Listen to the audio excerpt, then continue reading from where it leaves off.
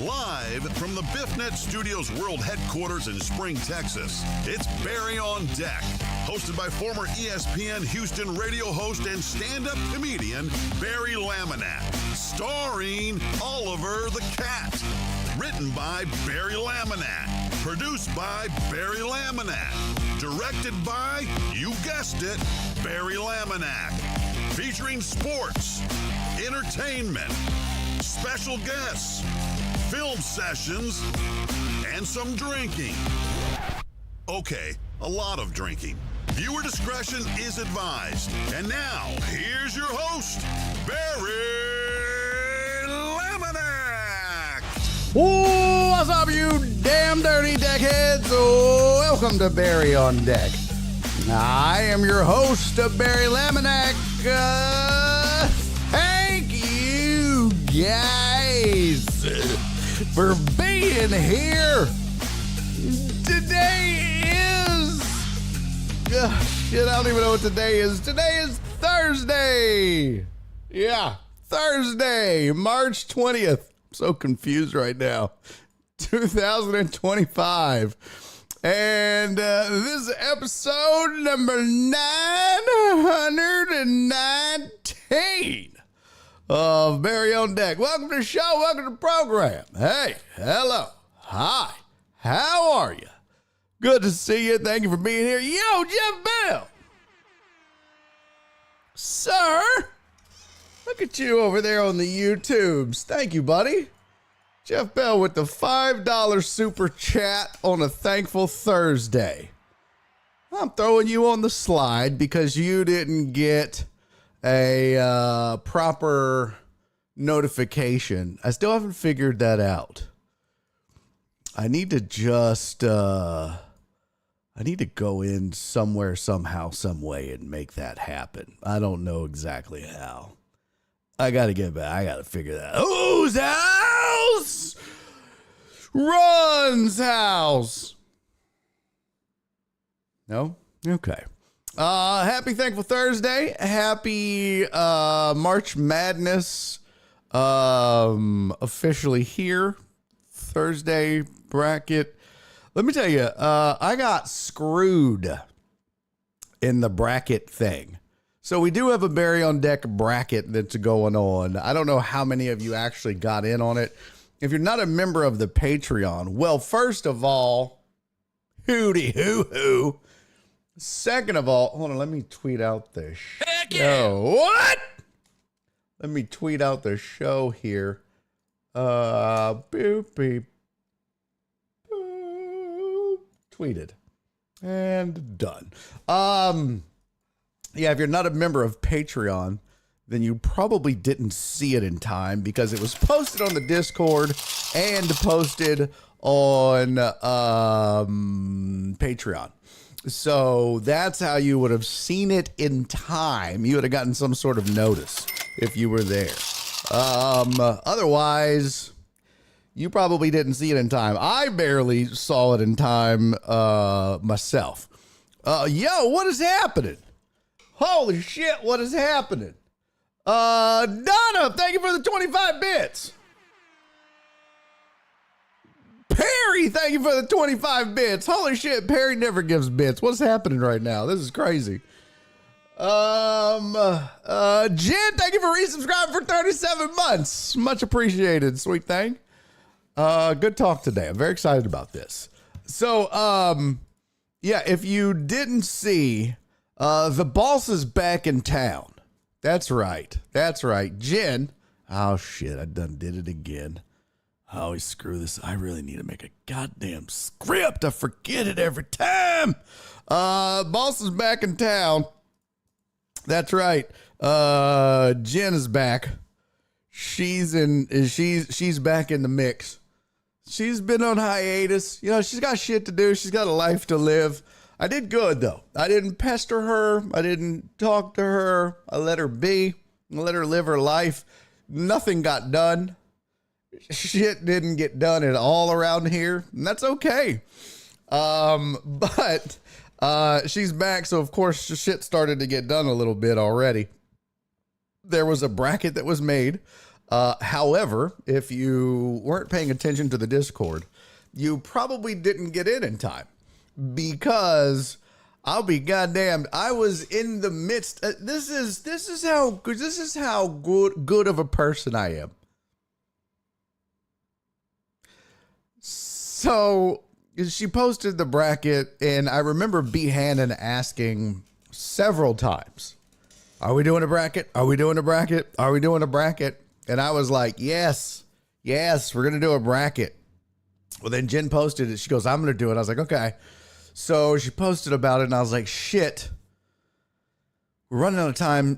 First tip is at 11:15 this morning. And I didn't see her text or anything. I got up this morning. I was doing some work and stuff. Didn't even see anything about it until like 10:30.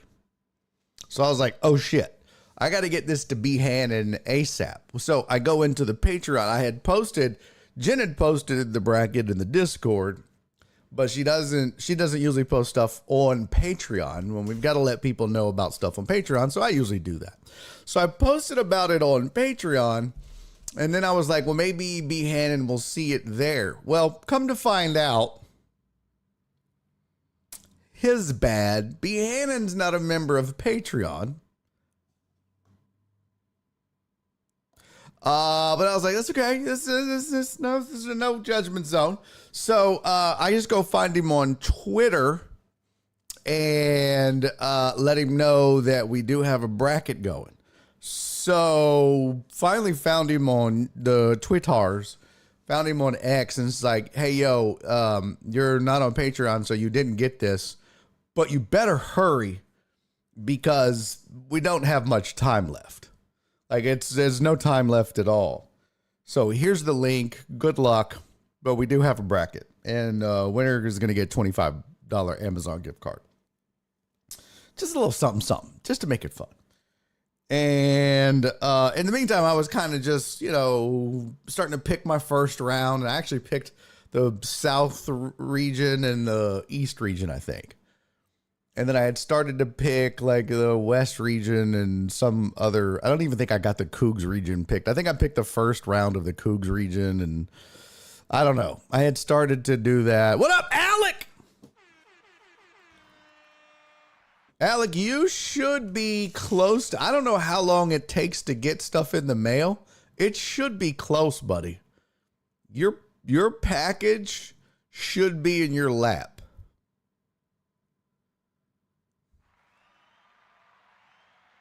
Hush, crowd. That's not an appropriate time to cheer. You should be getting it soon, dude. I don't know how long that stuff takes. Hopefully it's before you get home, for fuck's sake. But you should be getting it soon, man.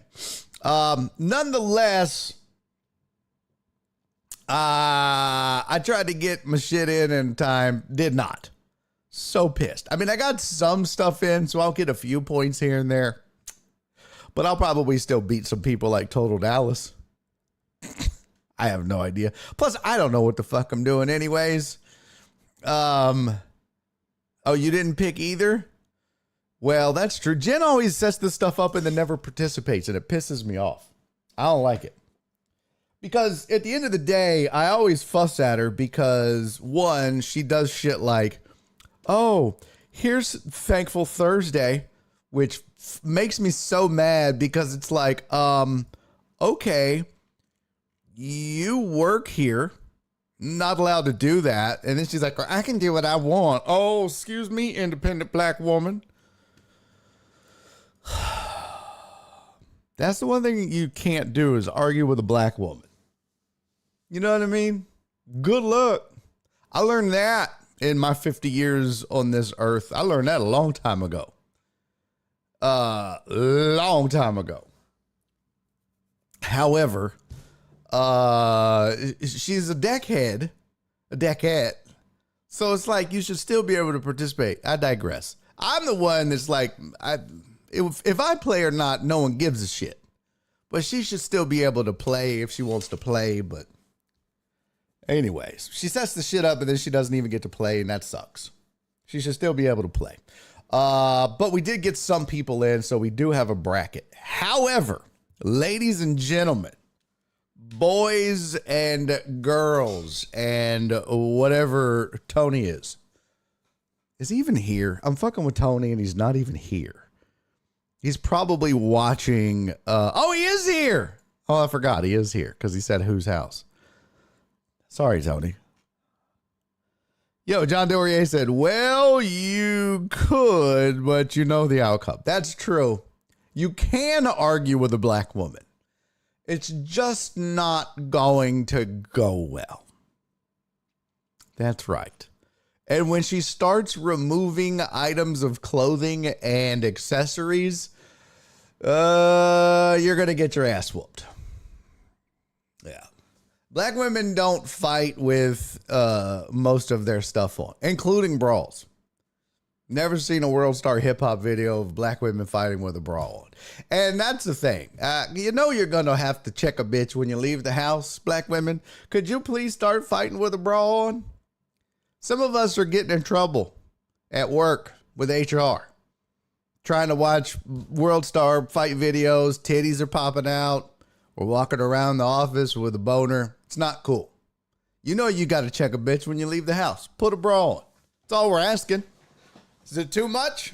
Okay, that's a bit I do on stage. Nonetheless,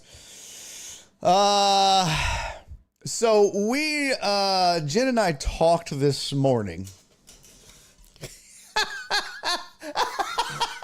Jen said that's why I wear a sports bra. You never know. Yo, that's fucking hilarious. Jen says, you never know. You just may have to check a bitch. Might be at the Waffle House. It might be at the library. You never know. I stays ready. She's like, that's why I wear a sports bra and don't wear earrings. That's less shit I got to take off. Oh, that's so funny. All right. So Jen and I were, God, I'm so greasy. Oh my God, this oil that I've been using on my face. Oh man, it has made me a greasy mess. So Jen and I were brainstorming some different bracket stuff that we could do. FJ says school pickup line, it's going down. Oh, don't think for 1 second Jen wouldn't check a mom. Psh. Jen would totally check a mom in the school line. Let somebody honk at Jen waiting to pick up her kids. Shit. Are you kidding me? Let Jen be sitting in line, sitting there waiting, and she's like, doesn't go because she's doing something, probably on her phone watching Barry on Deck, waiting in the line. Who the fuck? Bitch, I said go. Oh, I know this bitch didn't. Putting her shit in park. I know she didn't. And this is why Jen carries slides in her car, too. So she can fight in the pickup line. Oh, that's so funny. She said, I'm friends with the principal. Try me, bitch, but my kids walk. Damn, you making kids walk? That's crazy. Amos at Twitch is still acting up. I asked on the tweetars about that, Amos. I mean, yeah, I got nothing from them. Maybe they'll respond at some point, but as of right now, nada. No private message. Usually if I do something like that, excuse me, I'll get a private message from them. They'll say, hey, this is Valerie with Twitch support. Sorry. Oh my God, hello, this is Valerie with Twitch support. Okay, that was highly inappropriate and racist. But let's be real. Hello, my name is Mike. Okay, your name is not Mike, Sandeep. Don't even fucking try it. What's your real name? It's not Mike. Yes, it is. No, it's fucking not. No, it's not. Also, I've got to stop doing that voice.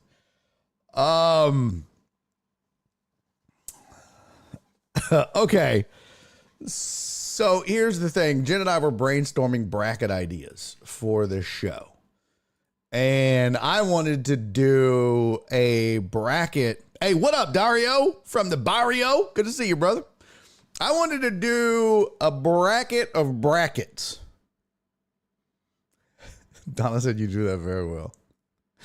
I wanted to do a bracket of brackets. So I wanted to have, like, you know, the best brackets. Was it like a March Madness bracket? Was it the bracket that you use for your braces? Was it like the brackets that you use when you write or on your keyboard, or brackets used in construction? I mean, there's a bunch of different kinds of brackets out there. You know what I mean? So she was even like, you could ask ChatGPT how many, and I didn't even look, how many different kinds of brackets are there? Death Spiral in the chat for some reason. Playback is fine today. Oh, really? I want to put together a March Madness style bracket of brackets for my show. Let's see. ChatGPT. ChatGPT is always so nice. Oh my goodness. That's crazy. Not just that. I'm talking any kind. Like for braces in construction, actual March Madness brackets, etc. How many can you think of? So, but what we came up with, tax bracket. Fucking TDP, killing it. There you go. No, you stupid bitch, it just did the same thing. Let's see if ChatGPT. Music brackets, sports brackets, engineering brackets, brackets and programming, dental brackets, furniture brackets, orthopedic braces, bracket casing. Okay. Floor and ceiling brackets. That's weird. Double brackets, pipe brackets, curly brackets, bike brackets, sign brackets.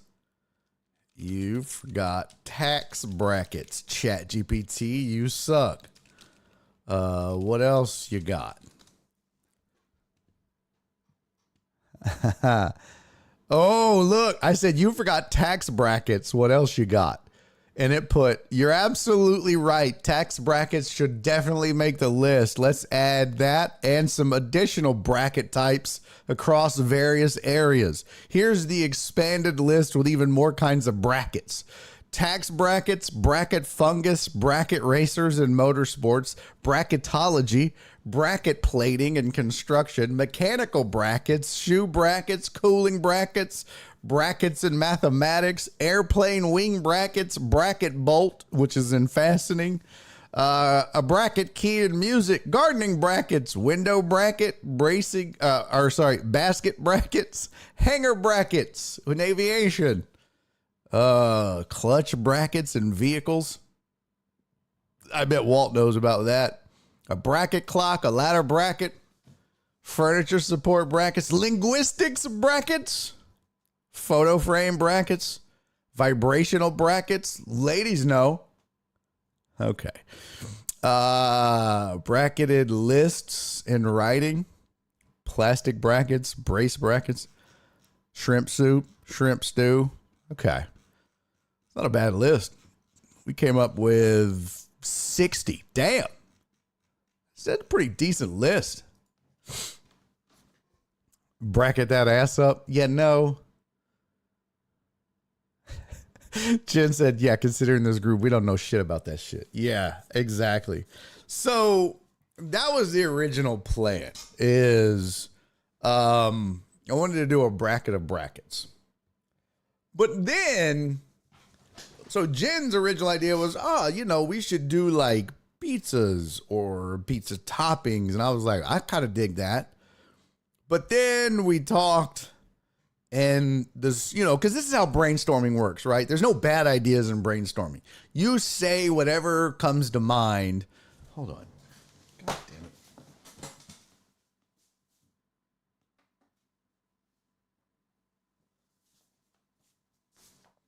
Can't be having all that. There's no bad ideas when you brainstorm. That's what you learn. You're supposed to know the rules of brainstorming as a project manager. But you never, first of all, when somebody says something during brainstorming, you never go, well, that's fucking stupid, Frank. Get out.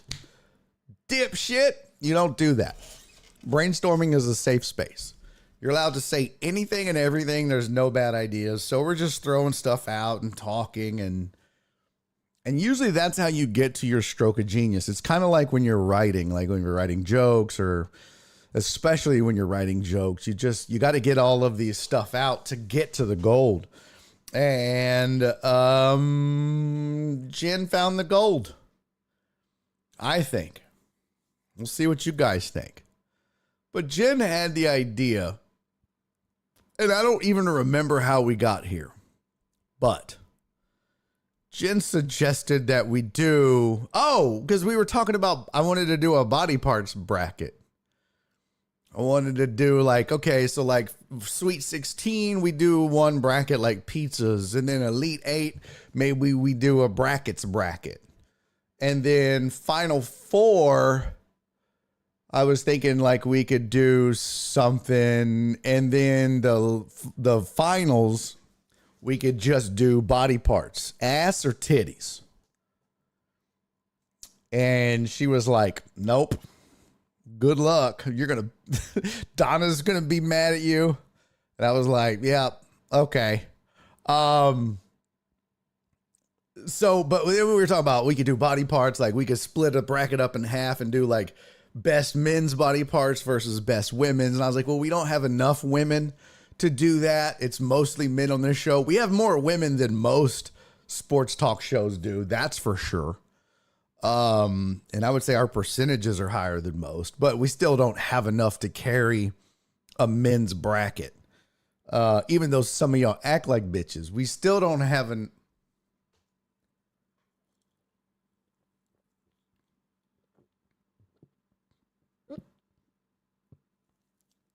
So what we decided was Jen had the brilliant idea.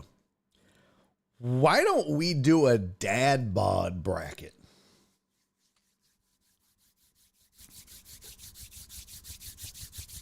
I love this so much. So, what it would be is you guys out there take a picture of your dadBODs. No face. No face. Just take a picture of your dadBOD, eliminate your face. Just cut it out. We'll blur it out. You can just eliminate it from the photo itself. You can crop it out. You can blur it out. I don't give a shit. But it's a dadBOD bracket. And, the bod obviously is BOD if you'd noticed that. So it's the Barry on Deck dadBOD bracket. And we take all of the deck heads and their dadBODs and put them in a bracket. And we let people vote who's got the best dadBOD. And the winner gets money. Now we do this one of two ways. Originally, I thought I'll just give a prize. I'll do like. Oh, you're right. Nick said you didn't say you guys. You're right. My bad. John Dory said TD would stuff the ballot. It's not all each stuff, if you know what I'm saying.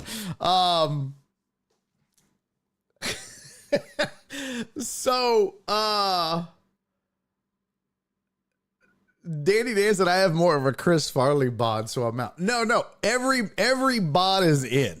It's the dad bod bracket, but it's any bod, really. Like, anyone can do this. Anyone. So here's 2 ways that we thought about doing this. All right. And I'll do a poll and let you guys pick how we do this.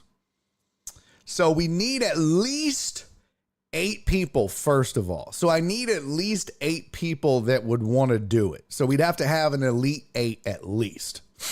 That's first and foremost. But there's 2 ways that I wanted to do this. Originally, I was like, I'll give $25 to the winner. And then Jen was like, I'll match it. And I was like, God damn it, Jen. I'm not allowing this. And she said, you can't tell me what to do. And she's right.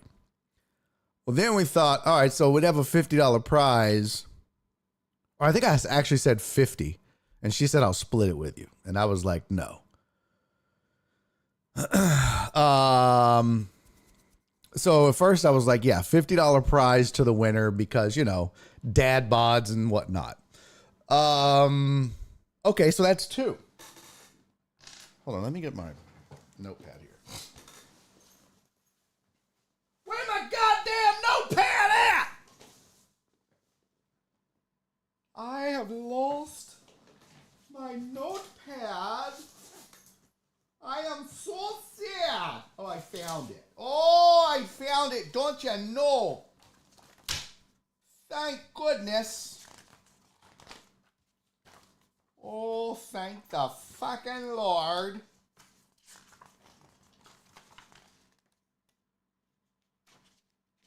Huh. Inspiration. Go fuck yourself. What is this? This is all just drawings? We don't need no stinking drawings. All right.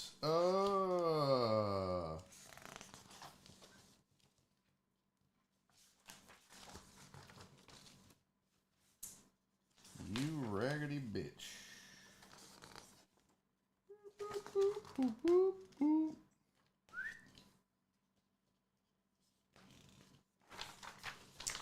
Okay. Uh-oh. What was that? All right, so the BOD dadBOD, can I wear my mankini? Yes, you can wear your mankini. I don't give a fuck what you wear as long as you're not naked. That's the only stipulation. You cannot be naked. Okay? That's it.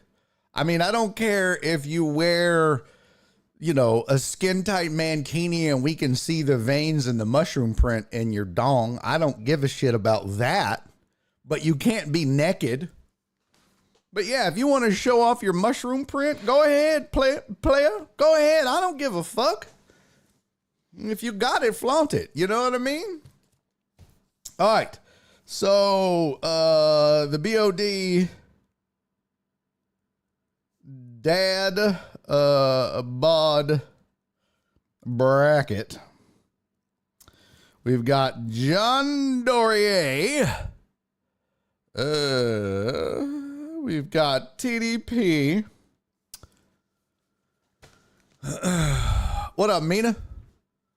So let's see. Total Dallas, your Dallas, and it's weak. Dre said, Truck Driver Boogie, don't your regulars normal tell you I'm in? Oh. Total Dallas, are you really in? Are you serious? You're in? Are you really in? Okay, I'm putting you down. Total Dallas is in. All right.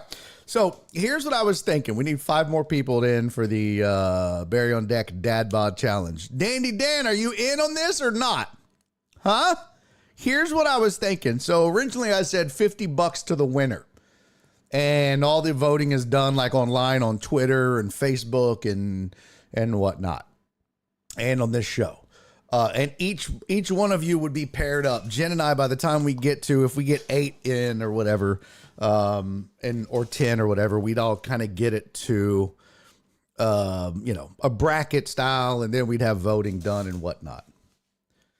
No, you don't have to be a dad, bro. You just have to have a dadBOD or a bod. I don't even give a fuck if it's a dadBOD, but it's called the dadBOD bracket. but it really doesn't have to be a dad bod.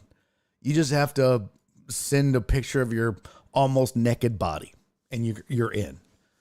So originally I said $50, and then, of course, Jen, she's the boss. She's like, I'll split it. And I was like, no, you won't. And she said, yes, you will. And then I said, and her idea was, all right, how about everybody, it pays $5 to enter, winner take all. And that was her first thought. And I was like, well, I'll just pay $50 to the winner. That'll just be the, prize. Well, then I thought, if it's the Elite Eight, Dre said, I can't enter. I'm too sexy for this. What?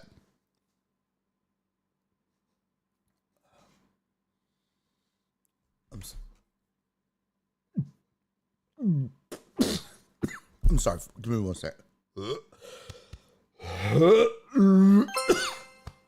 At Kurt Rodriguez 713. Uh-oh. I knew it. I knew it. It's going to be hell to pay for Flip every time he shows up on this show from now until eternity, Flip. I told you, pimp. You timed out the wrong person yesterday when you timed out Donna, homie.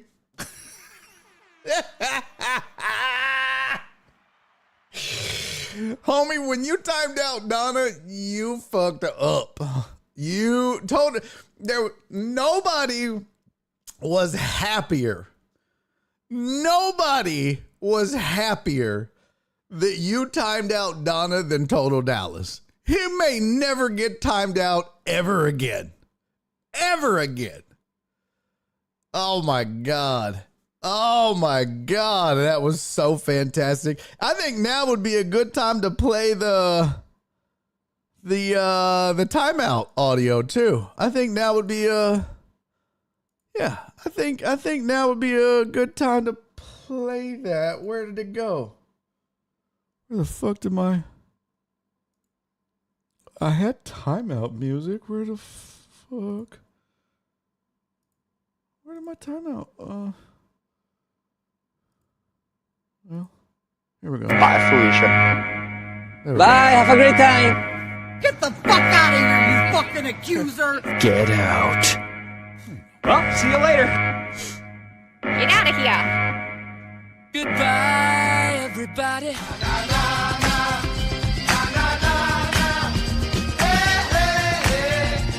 See you later, fucker. Bye, Flip. We'll see you in 10 minutes, player.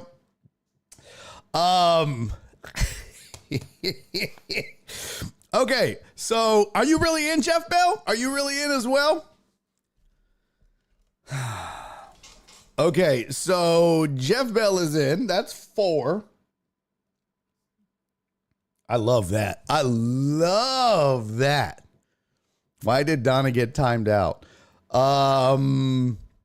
Flip, she hurt Flip's feelings because Flip was saying something about, because I had a big announcement yesterday, right, Perry? I was like, hey, come to the show. I have a huge announcement. And then I played my huge announcement video. And I don't know if you were here for it yesterday or not. If you weren't, then I'm not going to spoil it, nor am I going back for it. You just have to go watch it on social media. Well, Flip got mad. And Flip was like, I am not. You got me all excited, blah, blah, blah. And Flip was like, what are you talking about, Flip? How you gonna? You don't even support the show. You don't even subscribe on Twitch. How you going to be all pissed off? You don't even support the show by subscribing on here. But yet you're the first one to talk about good show B and try to say that it's over. And I was like, oh, damn. Oh, snap. And Flip got upset and timed her out. He was like, oh, okay. Boop. And I was like, oh, you fucked up now.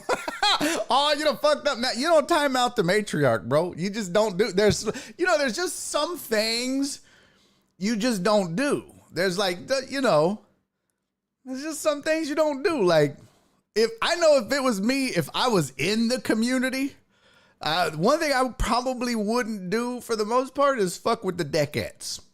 You know what I mean? I would fuck with other deckheads, no problem. Just saying, I probably wouldn't fuck with the deckheads. Cece, Jen, Donna, Mimi, Sylvia. I think I'd leave them all the fuck alone. I really do. I think I would just leave the deckheads be. Probably a wise choice. Because most of the dudes in this community are going to defend them and have their back. And so are the other ladies. So are the other deckheads. So probably not good to pick a fight with him. But he did what he did. I mean, I love Flip. He's a part of this. He's a part of us. He is us. You have to have Flips in your community. He's one of us. He really is. Flip is like that brother that only you can pick on him. You know what I mean? If anybody rolled into this chat and started fucking with Flip, we would all be like, you don't fuck with Flip. Flip is us. You don't fuck with Flip. Flip is us. But then as soon as they we'd be like, hey man, shut the fuck up, Flip. You know what I mean? Like you don't, Flip is us. He's one of us, but only we can pick on Flip. But he's a dumbass. Because he done fucked with the wrong, you know what I mean? Donna's the matriarch. You done messed up. Damn, Dre said looks like Flip has flopped.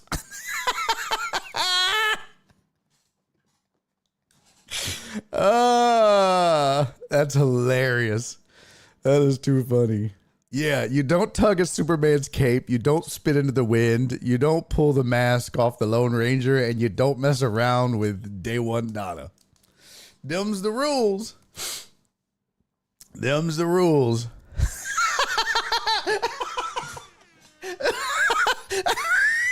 Christopher Mina. That is so funny. Christopher Mina said, I timed out Cece one time. Worst experience of my career. I think she still wants to cut me. Oh, they don't forget, bro. They don't forget. They're the sweetest people. Not even women. They're the sweetest people. But don't fuck with them. You know what I mean? Like, don't fuck with them. They're sweet. They're generous. They're kind. They're fair. You know what I mean? They're not like, but ew. Nick said, I'm here to collect points for timeouts.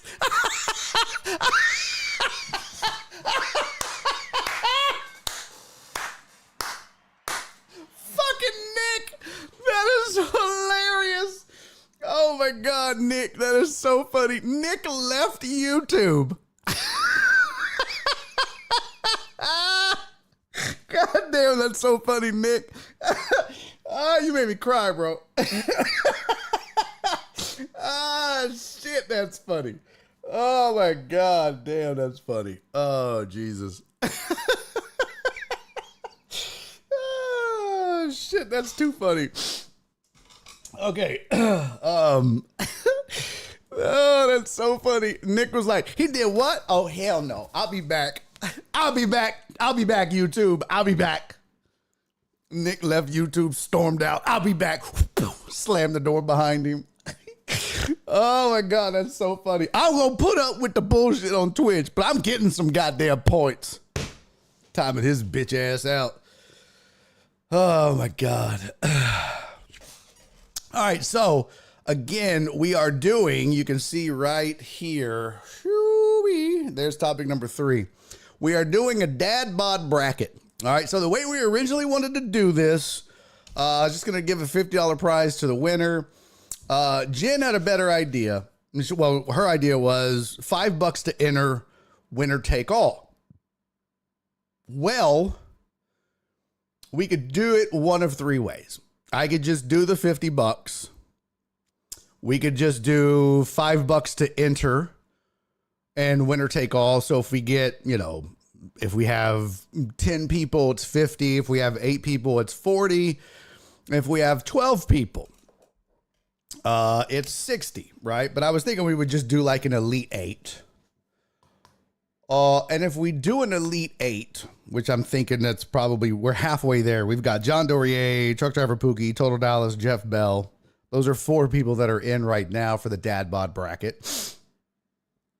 What I was thinking is this. If you guys wanted to do the $5 entry fee in the Elite 8, that would be $40 total.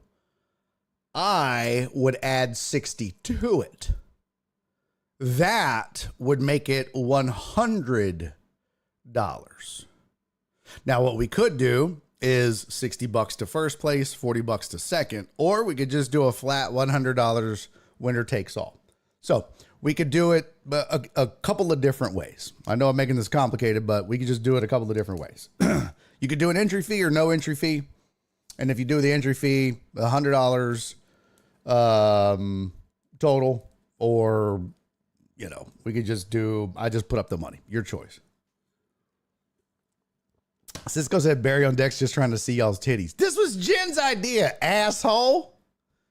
This wasn't even my idea. If I would have done it, I would have said send nudes. They have to be clothed. I would have done the butt crack bracket. Everybody just send me photos of your butt cracks. But no.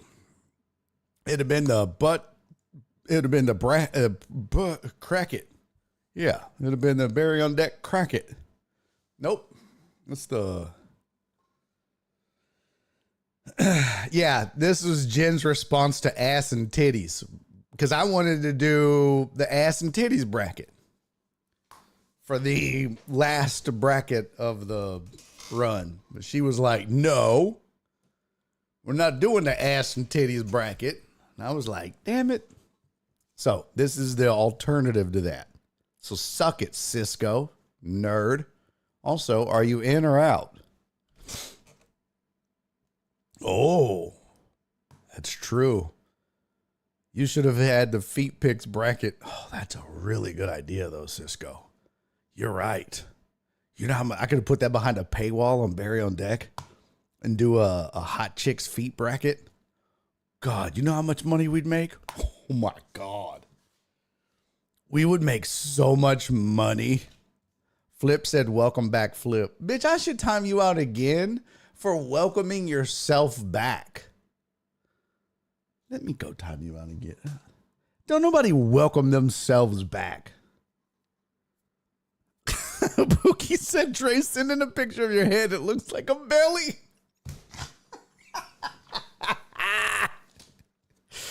But Cisco, that is kind of genius. That is kind of genius.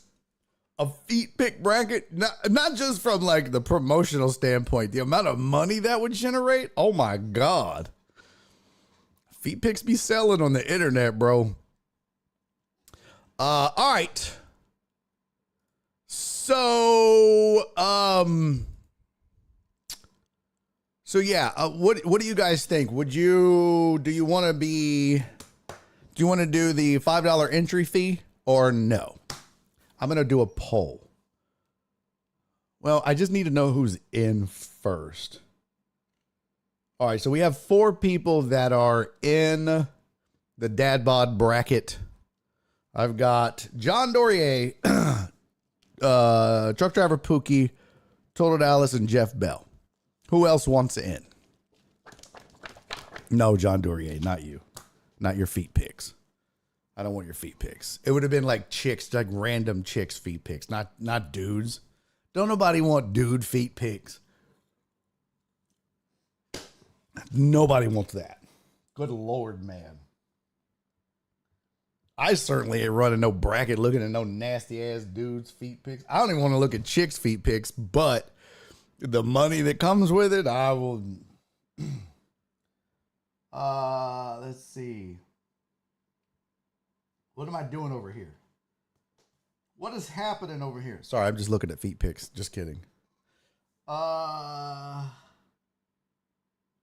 the shit? What the shit?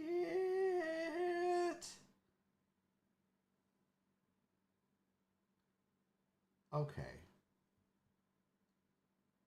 What has happened? Oh, goodness. Oh, there it goes. Oh, there it goes. Nobody wants feet. Yeah. You're wrong about that, bro. Let's see. Let me go here. Let's see. What are the most popular categories on Pornhub? I bet your feet are up there. I bet your feet are way up there. And then I bet, so we'll do that, and we'll do what are the most popular fetishes? Question mark. Let's see. The most Google fetishes and kinks in the U.S. A cool guide to popular fetishes. Fetishes and kinks. Yeah, but I want the list.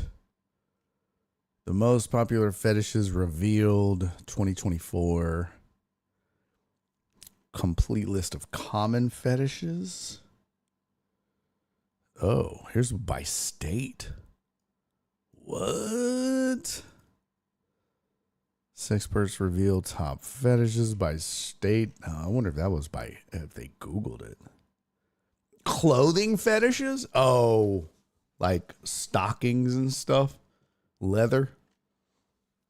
Okay. What? There's a fetish finder? What? All right. This is going down a rabbit hole I'm not prepared for, people. The most Googled fetishes and kinks. Oh, wow. Oh, I don't even know what that is. That's interesting. It's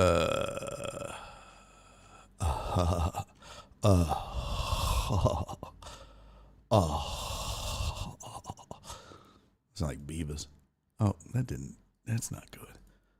Here we go. 2024 year in review. Pornhub insights. Dear user, as you know, your elected officials in Texas are requiring us to verify your age. God damn it! I forgot about that. I mean,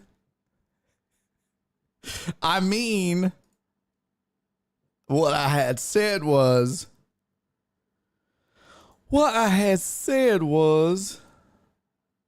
oh shit.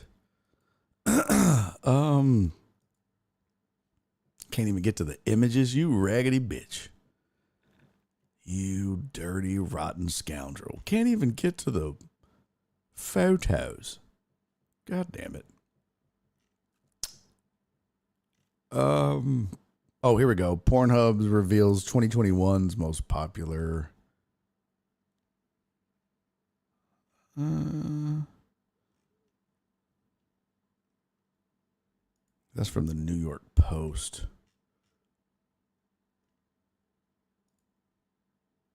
Oh, go away. Stop it. Behave. Oh, behave. Uh-oh. What have I done? What kind of shit have I landed on? Let's see. Open image in new tab? Yes. Open image in new tab? Yes. Okay. In 2021. Oh, ebony, lesbian, MILF, hentai, and then number 5 is blurred out. Okay.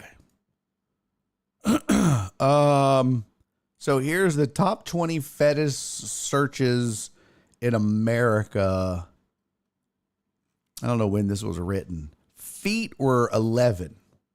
1,713,000. Yeah. So there you go. So it's up there. It's up there. So yeah.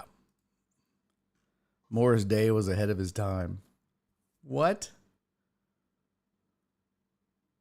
Most popular on Pornhub truck stops and shower shoes? What are you talking about? Feet are gross. I don't give a shit how hot the chick is. Get your feet away from me. What? What up, Rick? You could tap into an underserved demographic of dudes looking for guys' feet pics and monopolize the market. No, thank you, Cisco. I don't go to the site, but there's a wiki feet that ranks celebrity feet. Oh. Dan, are you in or not on the dadBOD challenge? Are you going to, you don't have to put your feet on there. I mean, your feet, Jesus Christ, your face. Also your feet. Please don't put your feet. Let's just go knees up, fellas. All right? I don't need your feet in the dadBOD pics. Dandy Dan, you going to do this or not, brother? I need 8. We're doing a dadBOD bracket here, fellas, for March Madness. Winner gets, if we do the entry fees of $5 each, winner, if we do a winner take all, it's $100. If we do first and second, it's 60 for $5.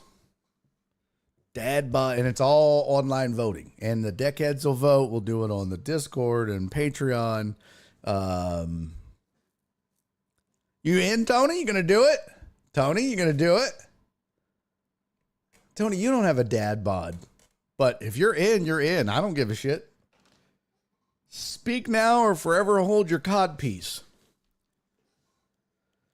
Fishnet Black Pantyhose is a song. Interesting.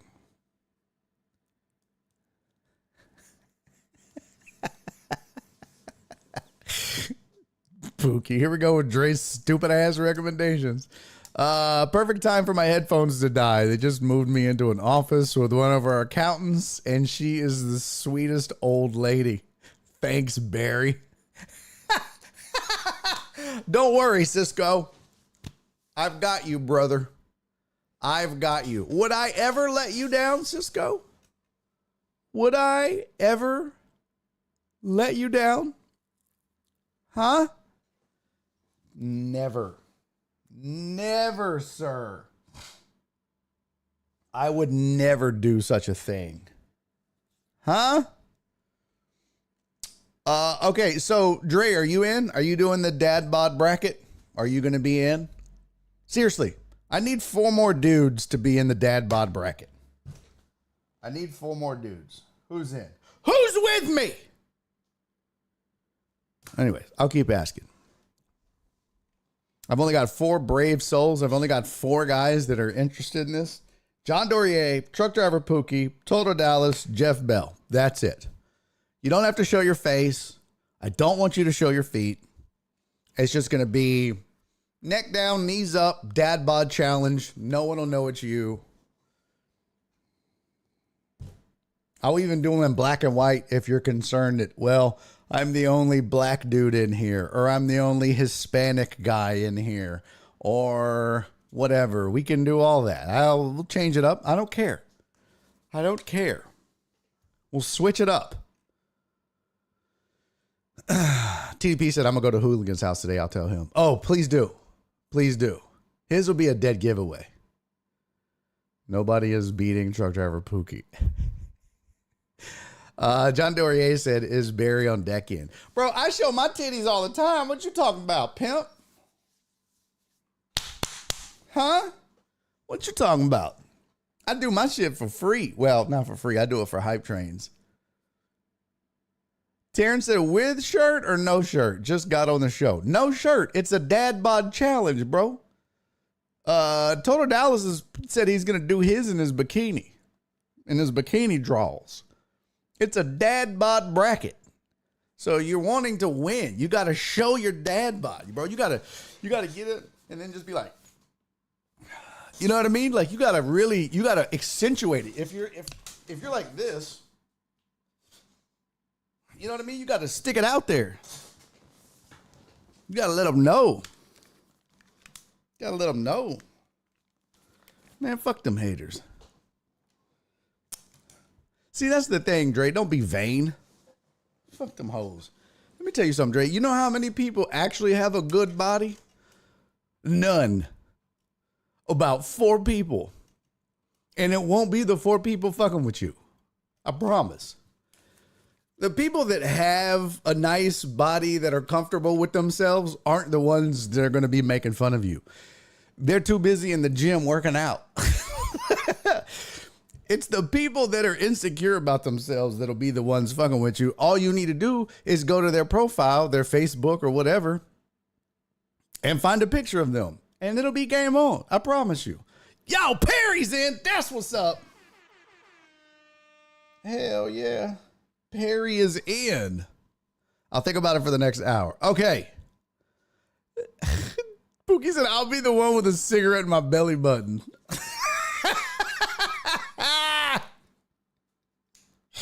Oh, that's fantastic. Okay.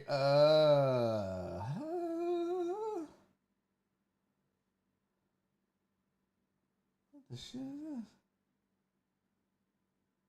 What the fuck is this? I have no idea what's happening here. Okay, that's weird.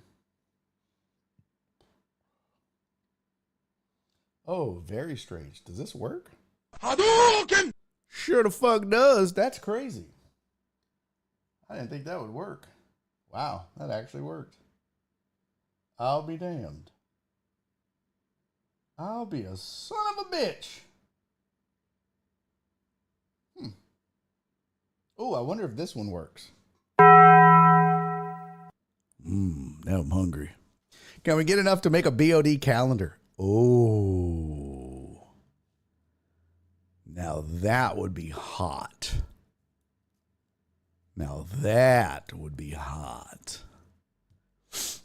Dre said we will know which one is Total Dallas because he's beige.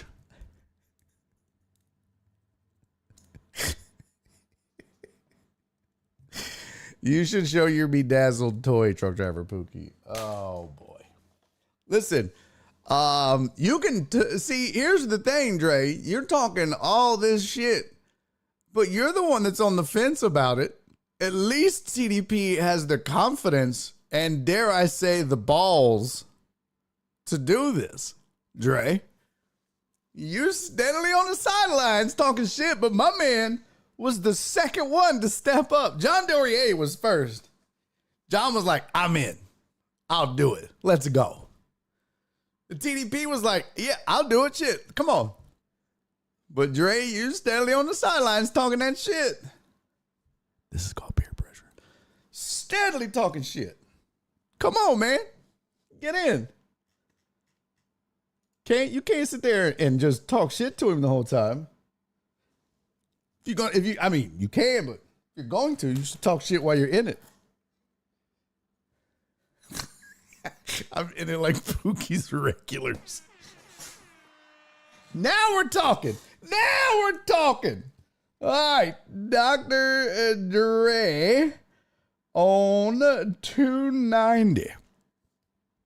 Are they keeping their shirts on? No, they're not keeping their shirts on. It is a dadBOD challenge. You have to take your shirt off. Again, we're no shirt, no face. So when you send the photo in, you crop your face out and you crop it, you can crop from the waist down, from the knees down. You can wear shorts.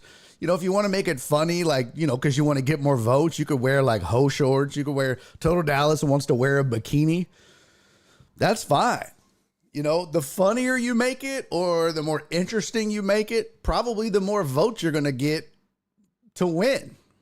I'm just saying. But Justin's in. Let's go. Mina said, I'm getting passed up. Did you say you were in, Mina?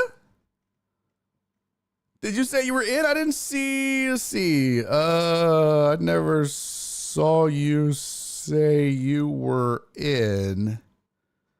I just saw you say, do you have to be a dad? Yeah, you never said you were in. You just asked the question, do you have to be a dad? And then that was it. Yeah. Do you have to be a dad was page 5. Do you have to be a dad? Page 4. Nothing. Page 3.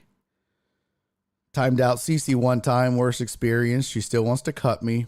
Page 2. Rick from YouTube said hi. Page 1. Oh, there it goes. I'm down. Fuck it. Got it. Okay.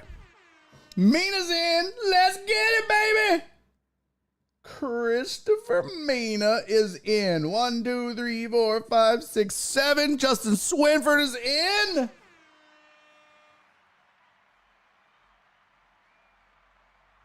I think we got our 8. We got our 8. Perry's in. Perry's in. So Perry, Justin, and Mina, and that's it. Tony, Tony, did you want in or no? Like, 'cause I didn't know if you were serious or not. Okay, so here's what I have right now. Because we can go to 10. We don't have to do 8. We can go to 10. But I have John Dorier, Truck Driver Pookie, Total Dallas, Jeff Bell, Perry, Dr. Dre on 290, Christopher Mina, and Justin Swinford. So we have at least 8 for the Barry on Deck dadBOD bracket. I'm so fucking excited for this. Oh my god, this is going to be fucking amazing. So, and it's shirts off. I just need everybody to know. It's very important. It's shirts off, okay? You don't have to take your pants off, but you can't see your dadBOD with your fucking shirt on. That's ridiculous. So it's shirts off. You can crop out your face. You can crop out your waist. I mean, from the waist down. But, you know, it's got to be at least, you got to at least see your belly button in this bitch, okay? Oh, let's get 12 for a calendar. I love the way you think, bro. Love the way you think. So it's got to at least be belly button to neck. All right? We got to at least see your belly button. Gots to. So, and if we get more, we'll keep going. Who do we send the pics to? We can send it to either me or Jen. Jen's email is jen@barryondeck.com. You can send them to me. Need Alex and P. Randizzle. Yes. Or if you don't feel comfortable sending them to Jen, you can email them to me, barry@barryondeck.com. You can private message them to me. Or you can, so Bleed Blue said, is there a prize? Yes, Bleed Blue. So we're trying to figure out the best way to do this and how everybody wants to do it, okay? So if you don't feel comfortable, by the way, sending them to Jen, maybe you don't want to, you can send them to me. So you can either private message them to me, or you can email them to me, barry@barryondeck.com, or you can send them to jen@barryondeck.com. Either one works. Chris would catch me on Bang, bro. Jesus. Don't send it to Jen. She has suffered enough.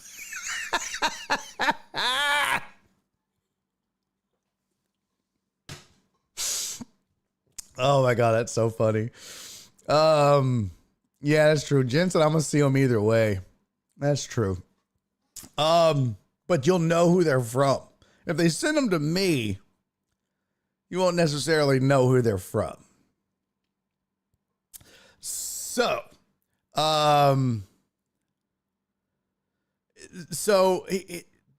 send them.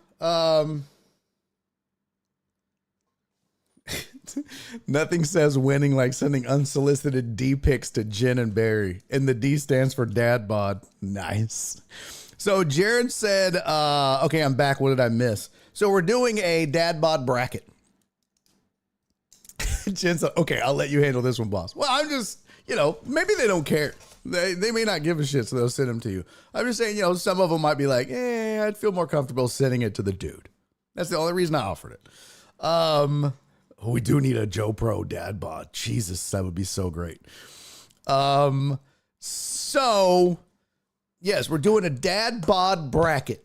It's the Barry on Deck dadBOD bracket. And it's dudes shirtless. It's deckheads and their dadBODs. We're going to put it up for a vote online. And, we're going to crop out the face. We're going to crop out everything below the belly button. Unless you don't want them to. Definitely cropping out the feet. And yeah. So what we need to decide for those of you that are in is we're going to need to decide, do you just want to do a flat $50 winner take all? Or would everybody like to pay a $5 entry fee? And then I'll add to it and you'll have a prize of at least $100. And do you want to do a winner take all or a first and second place? I don't know. Here, let's just do this. For those of you that are in, do you want to do an entry fee or do you just want me to pay a cash prize? So we sucking in or letting it hang out. The whole point is dadBOD, bro. dadBOD. Like I said, the more interesting you make it, the more you're likely to get votes. We got a few picks on the beach. There you go. All right, so Dre said winner take all, Pookie. So let's see. This is a take all vote. That's a take all vote. Uh-oh,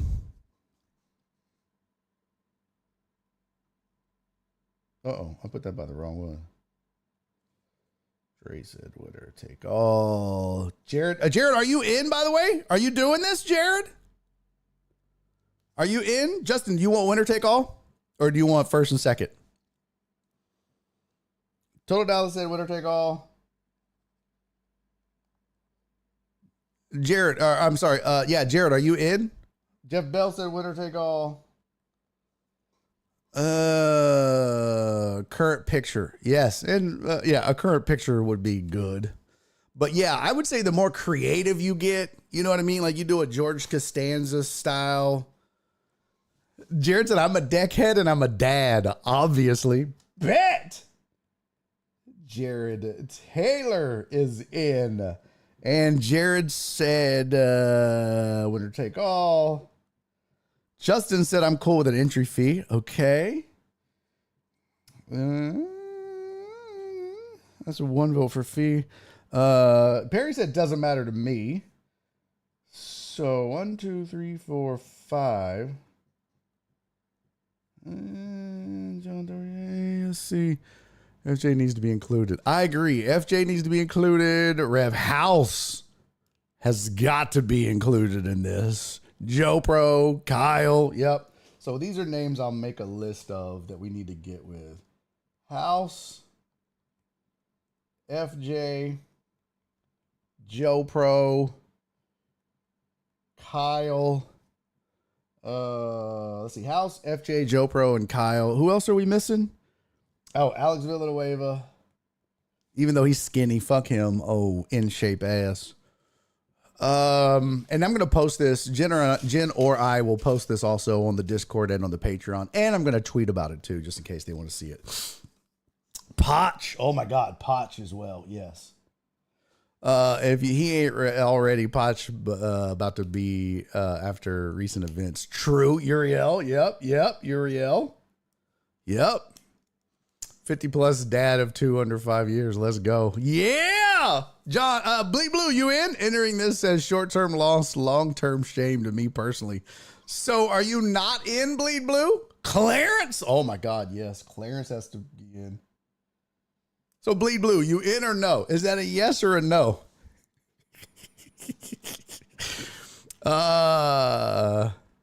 Black Sheep? Yes.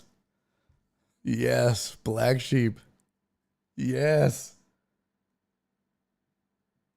Of course, Black Sheep. Boy, we got a whole ass list. We might have a bracket of 32. Dre said Clarence and Jingos. Dre, are you drinking? Well, Bleed Blue, let me know before the show's over, okay? Because we're going to have to roll on this pretty quick like. Pookie said, man, if Clarence is in, I forfeit.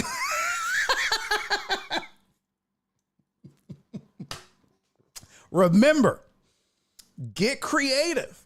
That's going to help you with your voting. I promise you. Trust your boy. I do this kind of shit for a living. Trust your mans, okay? Oh, yeah, Mark G, of course. A lot of these will come out when we... yeah, well, Cisco's here. He knows about it.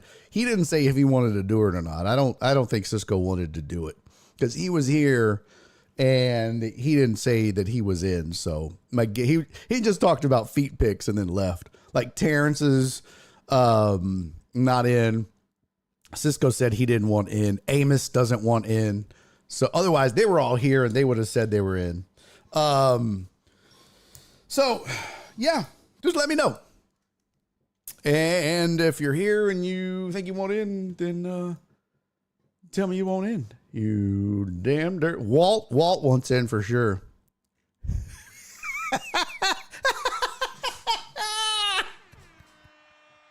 Mina said, just took a picture, regretting everything. I love it so much, bro. Oh my God, it's so great. Oh, Captain Pope. Yep.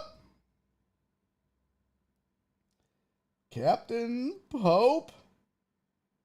Yeah, is our resident Pope a dad? You don't have to be a dad. You don't have to be a dad. You just have to have a dad. I'm not a dad. I still have a dadBOD. Yeah, it's not a requirement. You just have to have the body of a dad. You don't have to actually be a dad. You just have to have the body of a dad. You don't even have to have the body of a dad. You just have to be willing to take your shirt off and take a picture of yourself for fun and entertainment and shits and giggles and to be a part of some silly thing we're doing for this show. That's it. And, you know, if you get creative with it, you might have a better chance of winning. I keep stressing that for a reason, people. Listen to your mans. Be Mart. Yes. Yeah, I got to hit up B Mart, P Randizzle, and B Hannon also. See if they want in. Yes, all of those good suggestions. So, all right. So that's the Barry on Deck dadBOD bracket. And hopefully we'll get that up.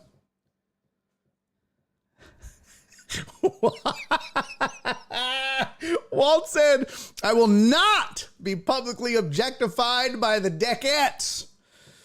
In private, I'll allow it. Cisco said, nah, I wear a shirt to the pool. I ain't showing y'all all this. Cisco's still the guy that wears his shirt when he goes swimming.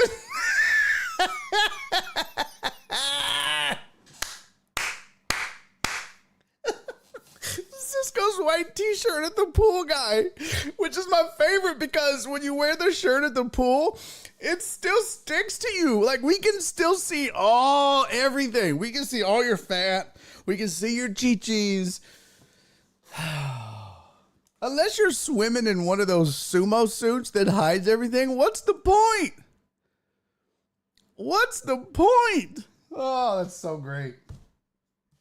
Oh, God, that's so great. Oh, that's fantastic, Cisco. I love you.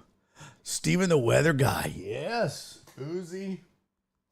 They're still in the gift box I gave her. Bleed Blue said, now where did I leave those nipple tassels? Oh, they're still in the box I gave her. It's a black shirt. Thank you. This is so great. I love the commentary from everybody. Oh, this is so great. Oh, Alan would have been perfect for this. D-Mata would have done this too. D-Mata and Alan both would have been in on this. Ooh, Robert likes beer. Robert likes beer. The king, of course. Oh my God, this is so great. So my stomach, so my stretch marks don't count. Yes, they count. I mean, I'm not going to count them. I don't have all day. But there, yes. Mina said, God have mercy on my soul. Oh, shit. Guys, this is going to be so much fun. I'm telling you. This is going to be so much fun. Oh, Christopher Hart. Yes. God, this is so fantastic. Black is slimming.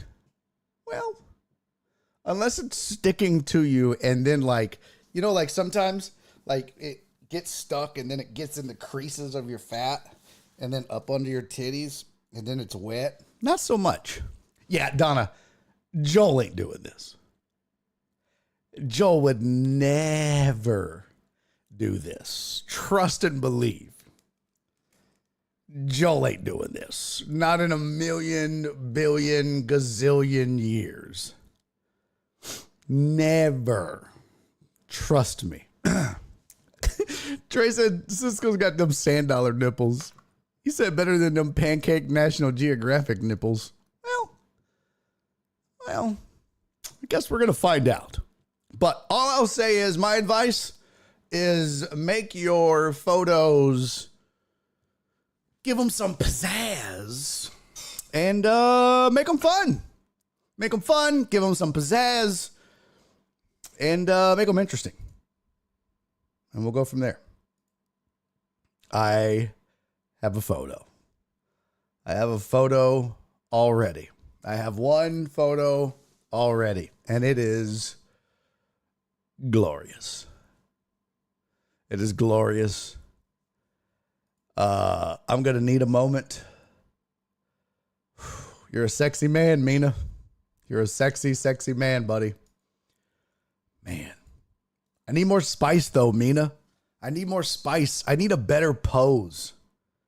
Like I love your pose, but you're thinning it out too much.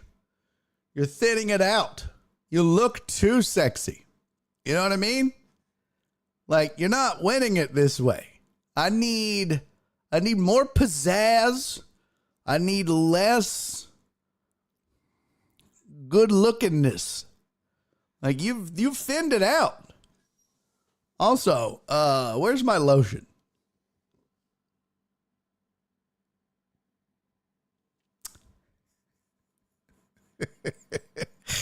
Joe will do this before Barry show up on time for a show. Shut up, Bleed Blue. Kiss my ass. Let's see. Deadline. Ooh, very good.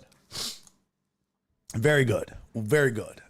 So, I want to get this up. So we have how many right now? We have 1, 2, 3, 4, 5, 6, 7, 8. We have at least 9 people in the Barry on Deck dadBOD bracket, which means I'm going to need at least one more to do 10. So I will need at least 10. Yes, Mina, more tummy, more titties. I need more tummy, more titties. Okay? More pose, more sex appeal. Not like the face, just the, you know what I mean? Like, I don't know, grab a nipple, squeeze it a little. Give me a little slap or something. Okay, maybe I'm just doing this for me at this point. No, I'm just kidding. But yeah, give me do a little, do some, a little more. Give me a little something. I promise you. So yes, hello Cece, how are you? Cece said, sorry I'm late, I'm on vacation. Cece, we're putting together a Barry on Deck dadBOD bracket. All the deck heads, well not all, but we have deck heads that are going to send in pictures of their dadBODs. And we're going to let the public vote on who has the best dadBOD. Winner take all. So are we doing the entry fee? Yes or no? We've already voted on winner take all. The vast majority have said winner take all. We had 1, 2, 3, 4, 5. I think everybody kind of agreed it was winner take all. So, I think we'll just keep it. So Jared said he's in for the 5. That's 2 that say yes to the $5 entry fee. Who's cool with the $5 entry fee? Gotta hit the road, but count me in for sure, and I have $5. All right, so truck driver Pookie's in for the $5 entry fee. Again, it's BiffNet poor No. I'm losing it anyways. My dadBOD is lame. So, John Doe 88, you say no to the $5 entry fee? Is that correct? Jesus Christ. Is that your answer to the entry fee? Oh, John Doe 88 says in for the entry fee. Got it.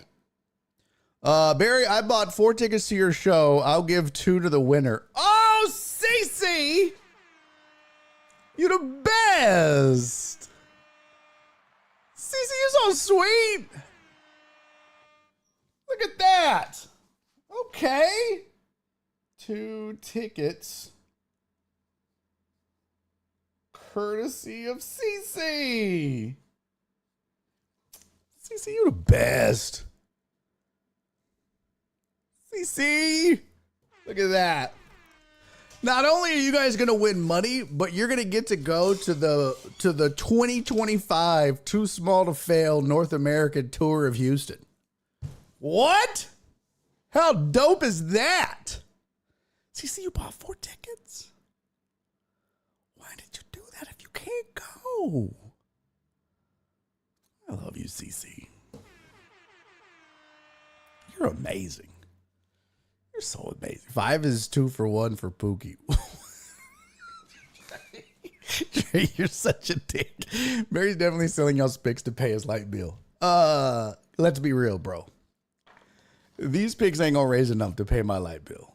I love you too, CC.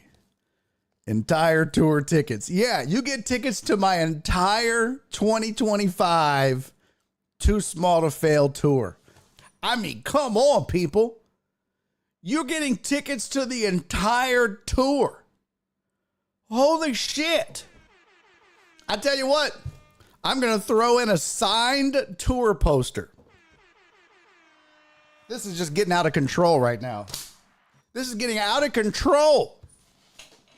All right, so we have...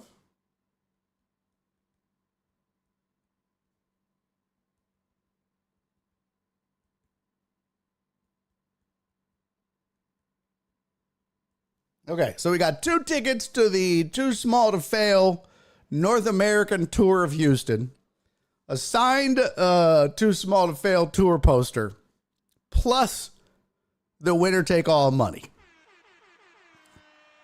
I mean, come on, people. You would thank Cece for that gem. Look at that. This is crazy. This is just, and you can thank Jen for this idea. This is crazy. All right, so Total Dallas has said, yes, I'm in. Jeff Bell is cool with the $5 entry fee. Dr. Dre says I'm cool with $5. So Dre is cool. Jeff Bell is cool. Total Dallas is cool. So it looks like we have a vast majority of people are cool. The only 2 that haven't voted is Perry and Mina. What is Saturday private show? Are we privy?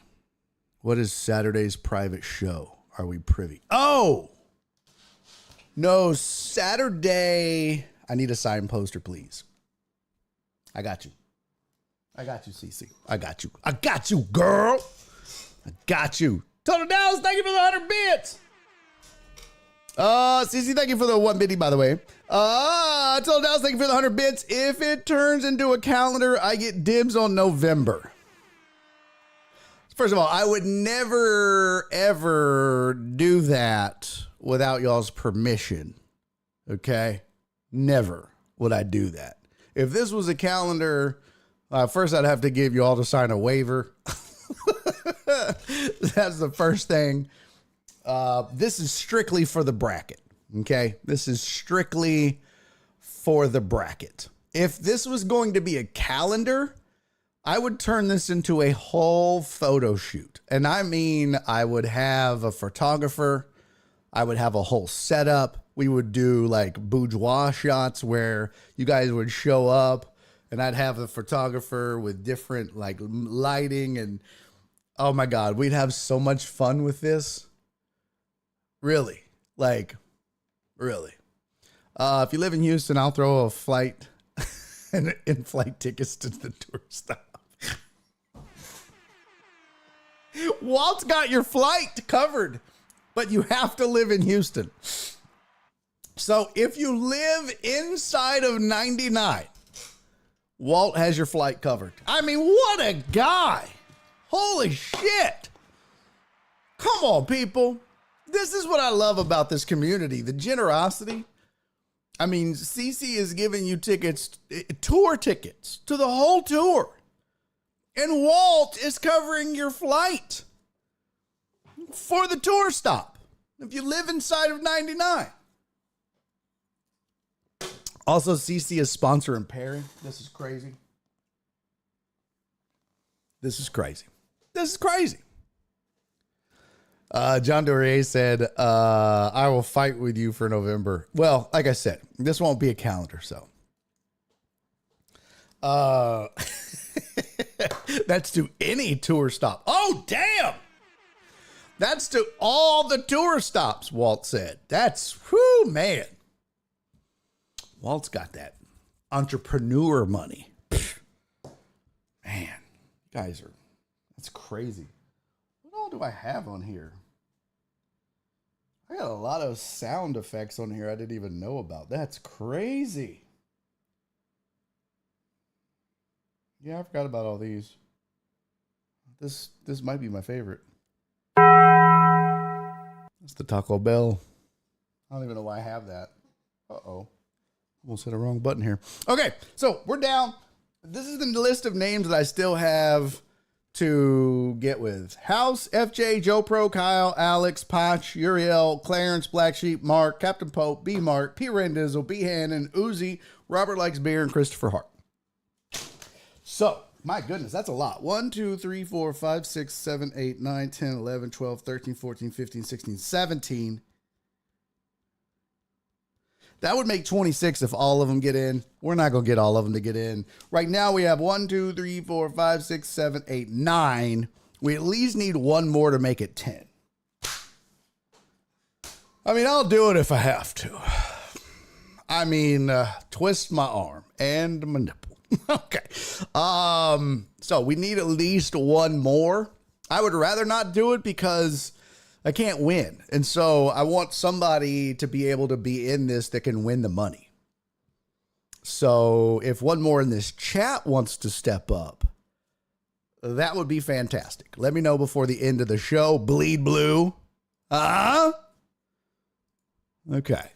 Let's talk a little bit of sports or otherwise. Yes. God, Mina, I can't stop looking at this photo. Super hard right now. Where did this go? Did I tweet the show? I did tweet the show. Didn't I tweet the show? I think I tweeted the show. Can we enter as a pseudonym? Right. So your name won't be attached to your photo. This is going to be, your entry will be anonymous. I will know it's you. You'll have to tell me, hey, it's me. It's Bleed Blue. Here's my photo, right?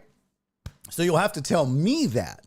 But when I put the bracket up, I'll come up with like a funny name for you. Like, oh, here's Nipples Hairy Chest. And then that'll be your bracket name. You know what I mean? And so that'll be your bracket name throughout. Like if once you advance to the next round, all the way through to the end. And then when you win, you know, if you want to be revealed, cool. If not, then I'll just give you your winnings. And that'll be that. So it'll all be anonymous. That's why you're allowed to crop your head, you know, from the photo. Because I don't want you guys to be like, well, I don't want my face attached to this. I mean, the internet is forever. And I got kids, you know, shit like that. Well, let's be real. This isn't porn. We're dudes without a shirt on. You go to the beach. You work outside. I mean, this is a man without a shirt. This is not the same. All right. This isn't chicks going topless. This is a guy not wearing a shirt. This is not a big deal, folks. Not a big deal. So it's just for fun. Total Dallas Rev says no. What the fuck? Did he really? Did he really? After what he's done? After what he's done, he said no?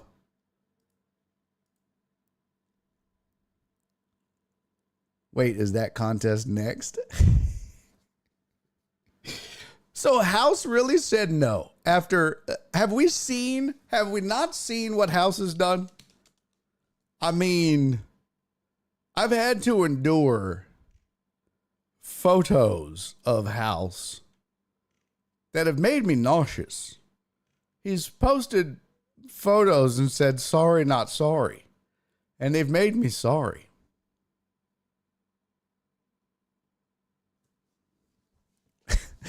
Son had a good idea for my tour poster. It's like April 2nd, Punchline, Houston, Texas. April 3rd, get a haircut. April 4, mow the lawn. That would be kind of funny. That would be kind of funny. But I just kind of like the blank. Oh, here's the tour poster. Did I show y'all the new tour poster? Have I shown you the tour poster? I don't believe I have I? Let me see. Hold on. Shows tour poster today. It's very important stuff here, people. What? Shut the fuck. Oh, there we go. Okay. Done and close. Cover them nasty nipples. Excuse? Oh, House? Yeah. House was a nun. Yeah, exactly. In fishnets. I'm kind of shocked that he wouldn't have been in. I thought for sure if anybody was going to do this with no hesitation, it would have been House, honestly. I'm kind of stunned. I'm going to have to jaw jack him. Don't take that out of context. I'm going to have to talk shit to him. Very, very surprised. Very surprised that he said no. Did he give a reason? Did he say why? Was he like, oh, because it's not for my show? That might be why. All right, here's the official, by the way. You guys are the first to see this, just like you were the first to see the official announcement of the tour. You guys are also the first to see the official tour poster. And this will be on the shirt. But this will be the tour poster that's going to be released. Oops. There it is. That's the official 2025 Too Small to Fail North American Tour of Houston tour poster. There it is. All the tour dates are listed.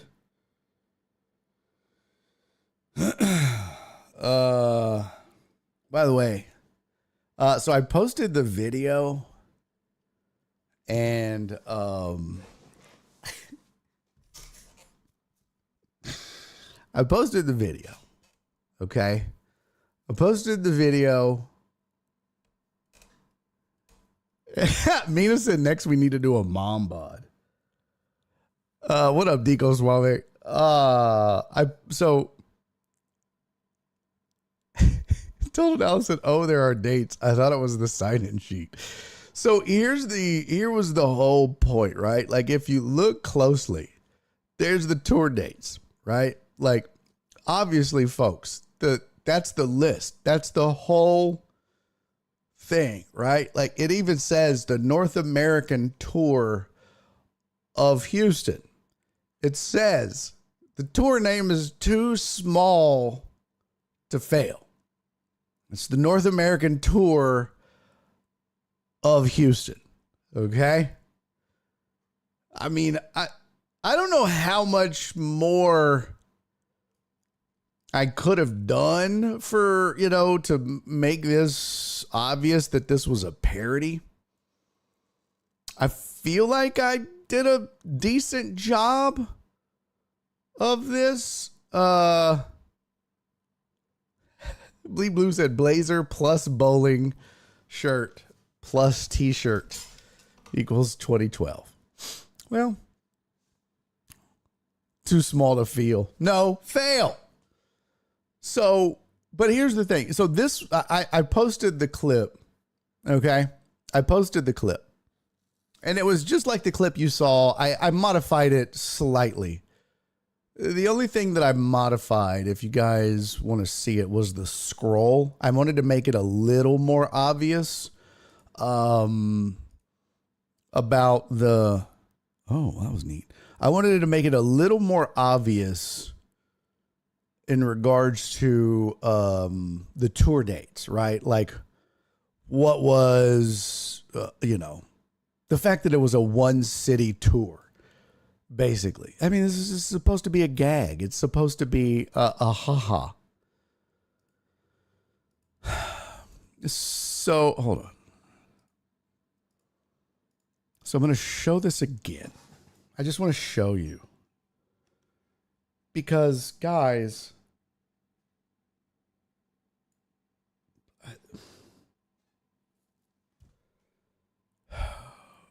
hold on. Where's this? Hold on. Scene. Reset. General changes. Oh my God. Application. There we go. Oops. Gonzaga is saying F the SEC.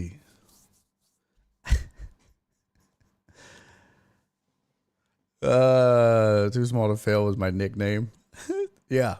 I mean, there's so many, there's so much innuendo and parody in this. So this was the video, right? And I'm not going to make you guys watch the whole thing again. Wouldn't do that to you.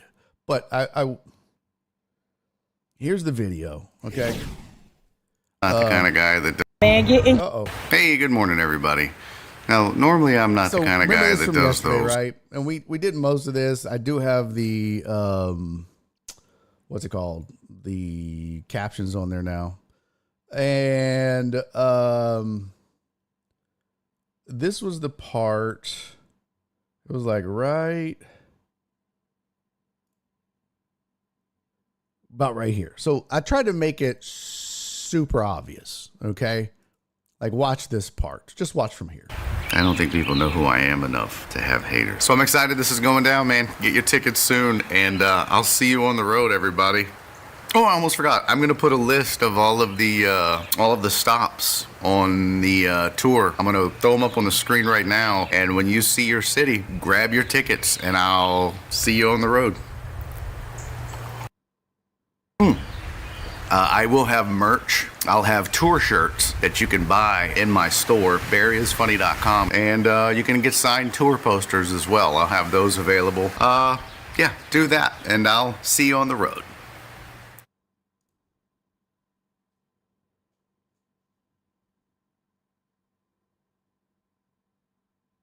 Gilbert Gottfried did have a supple butt, though. It fit like right in my hand. It was just like perfectly cupped.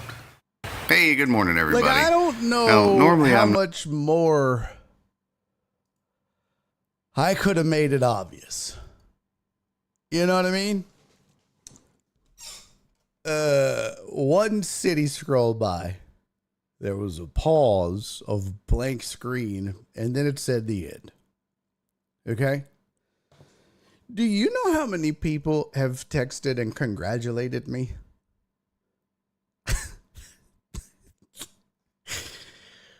Do you know how many people have messaged me to say congratulations?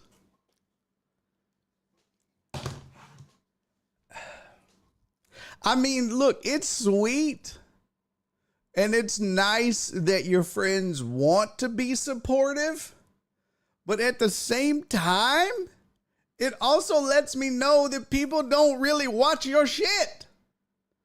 And if they do watch it, they either A, don't pay attention, or B, don't give a fuck, or C, they're not smart.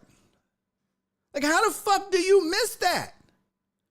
And chat, tell me, was it not obvious? Did I miss it? Because, sometimes you swing and you miss. And if I missed, tell me I missed. But I really feel like I don't think I missed. I mean, it even says the North American tour of Houston.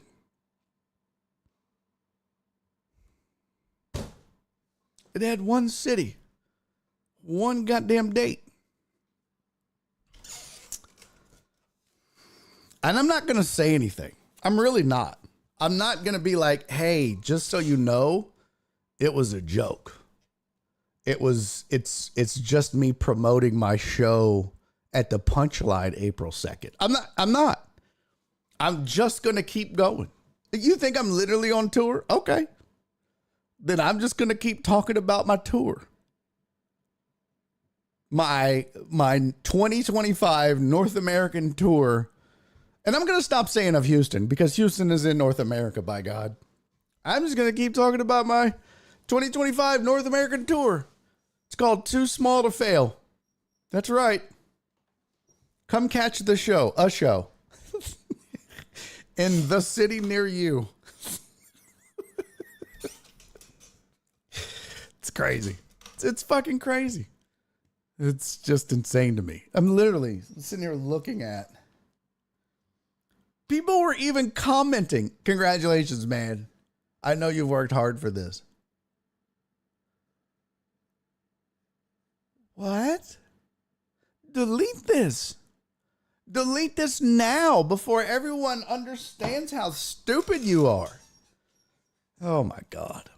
All right, let me catch you up on some brackets. Let me catch you up on the goings on for those of you maybe half-ass watching. I don't know. Alabama State is about to be bounced. No surprise. Auburn beating Alabama State 79-55. God damn.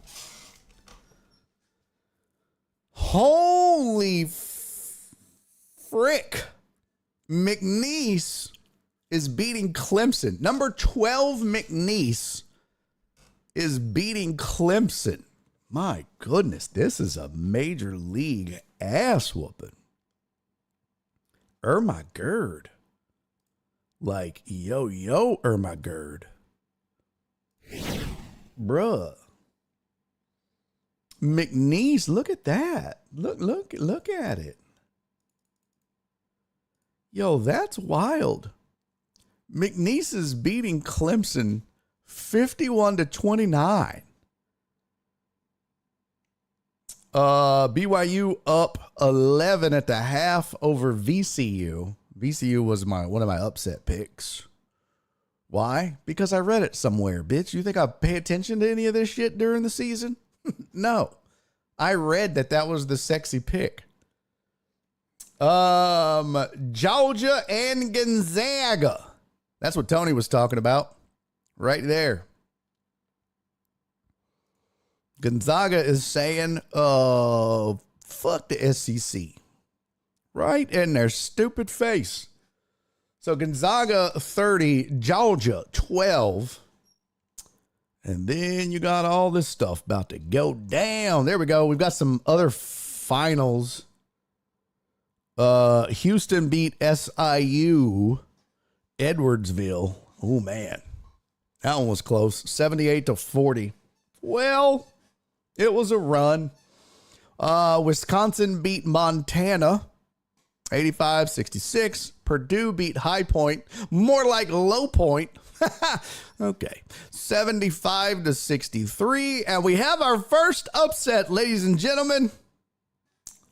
I mean, a 9 beat an 8. It's not really an upset. But Creighton beat Louisville. 89-75. Okay. Oh, Walt said I have McNeese in the Sweet 16. Damn. Damn. Okay. I had Tech go into the Final Four. Yep. Why? I have no idea. I did it for CC. Okay? I did it for CC. But again, I didn't get my bracket in time, so it doesn't matter. That was my one non-chalk pick. Every other pick was chalk. I had Duke, Auburn, and U of H as chalk picks, and then Tech, which I think was in the same region as, oh hell, I don't know. Where's the bracket at? Weren't they in the same bracket as Bama? So I may have disrespected CC at the same time.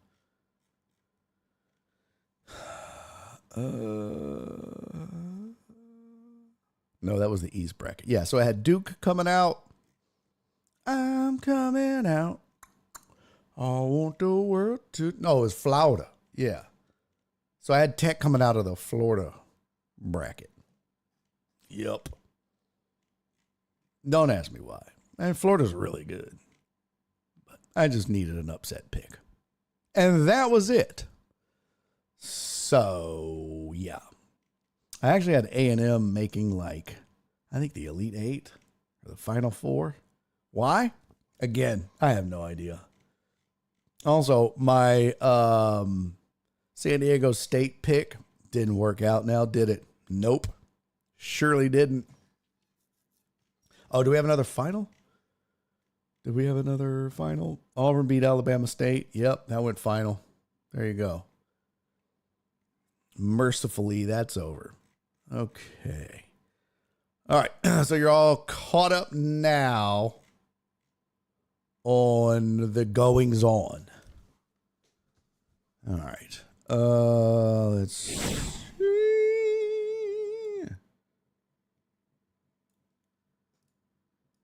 All right, we've got to talk about buying a car. We got to finish this up for Donna.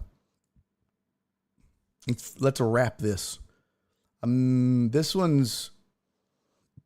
Oh, excuse me. Lord Jesus, excuse me. Real quick. Good afternoon, Joe Pro.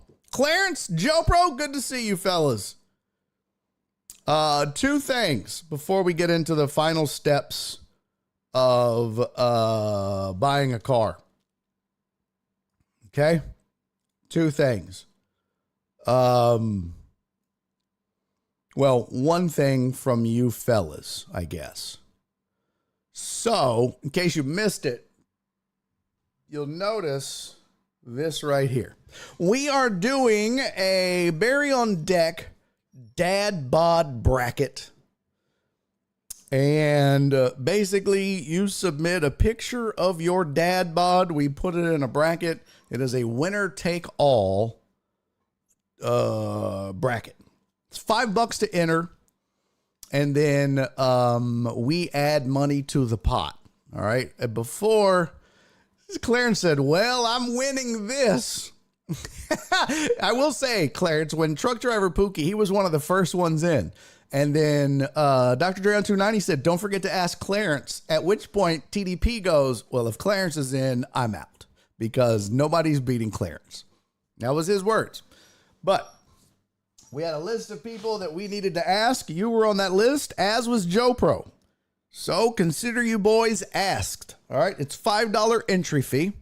And then we're going to add money to it. So, you don't have to be a dad, Joe Pro. You just have to be willing to take a picture of yourself shirtless. Now, what we will do,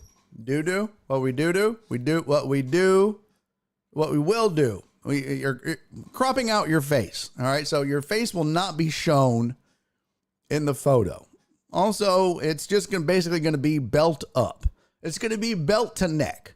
If you'd like, it's up to you. If you're like, I don't care, show my face. You can show my whole sexy face. I don't care. That's up to you. But if you'd like this to be, anonymous and, then that's totally acceptable. That's how it was planned. We can blur your face out. We can crop it out. It's whatever. So, here's who's in so far. We've got John Dorier, Truck Driver Pookie, Total Dallas, Jeff Bell, Perry, Dr. Dre on 290, Christopher Mina, Justin Swinford, and Jared Taylor. It's $5 to enter. If Clarence, if you're saying you're in, that's 10. Okay. So it's $5 each. That's 50. At which point I will match that, and that'll be $100. So winner take all, $100. Clarence, are you in? Yes or no? How is Clarence the favorite? It's dadBOD, not Santa. Damn. Damn. All right, Clarence is in. Dunskies. Good job, Clarence. Joe Pro, you in? You in, Joe Pro? You in? All right, I can take Clarence off my list of people to ask. Joe Pro, you in? Yes or no? You don't have to send the money yet, Clarence. We'll figure that out. You can send the photos to me or to Jen. Your choice. You can send it to Jen at barryondeck.com or to Barry at barryondeck.com, or just send them to me on social media. Your choice. Barry on Deck. Let's see, the Barry on Deck dadBOD bracket built by Beer Bits and Bellies. That is so fantastic. God bless you. That is fantastic. That's fantastic. Oh, Joe Pro's in. Yes. Fuck yeah. Joe Pro is in. Fuck yes. Okay, so here's my suggestions, and I've told this to the other guys already. The better you, like, the more pizzazz, obviously, because this is all going to be open to vote on Discord and Patreon and the show and, social media. And, so in the first round, I'm going to pair you guys up, and then you will advance to the next round and advance, and it just like bracket style. So your total votes will advance you to the next round all the way down until we have a winner. And it's only one photo. I'm not going to be taking new photos every round. So the one photo you submit, that's your photo. So the better that photo is, Joe Pro, if you want to take one with, a bobcat in your hammock with your, pistol, the fire and all that shit, do it. I mean, the better you make your photo, the more chances you have of advancing and winning it all. That's all I'll tell you. So, Clarence, if you want to take your dadBOD photo in the kitchen, looking butt naked with an apron on, making bacon with burn marks, okay. Make it sexy, gentlemen. Spice this up. Most importantly, have some fun with it. That's the point. Really. Have some fun with it. It's the dadBOD bracket. Have a good time with it. That's the whole point. Let's have fun. Let's have fun. Deadline for entry. When does the Sweet 16 start? Let's see. Schedule. Let me see when the Sweet 16 starts. Mina said, not possible. Maybe it's Joe Pro's in. I lost. No, bro. You got this, man. You just got to spice it up. Get creative, Mina. Get creative. You're a creative dude, man. Let's see. Sweet 16 starts March 27. So I need your pictures by midnight, March 26. How about that? Okay?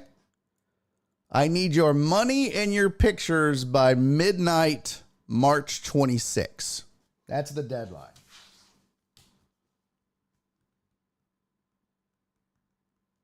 Deadline is 11:59. 3:26. Voting will begin on March 27th.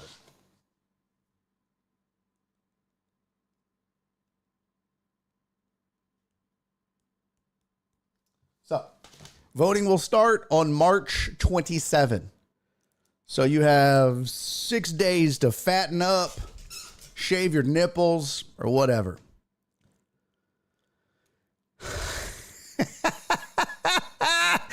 Justin said, I felt I would win off looks, but I feel laughs may be the key to victory, and I'm a little worried now. Hey, but you know what, Justin? Maybe if you just go super sexy, you get the females to come out of the woodworks on the internet, you might win.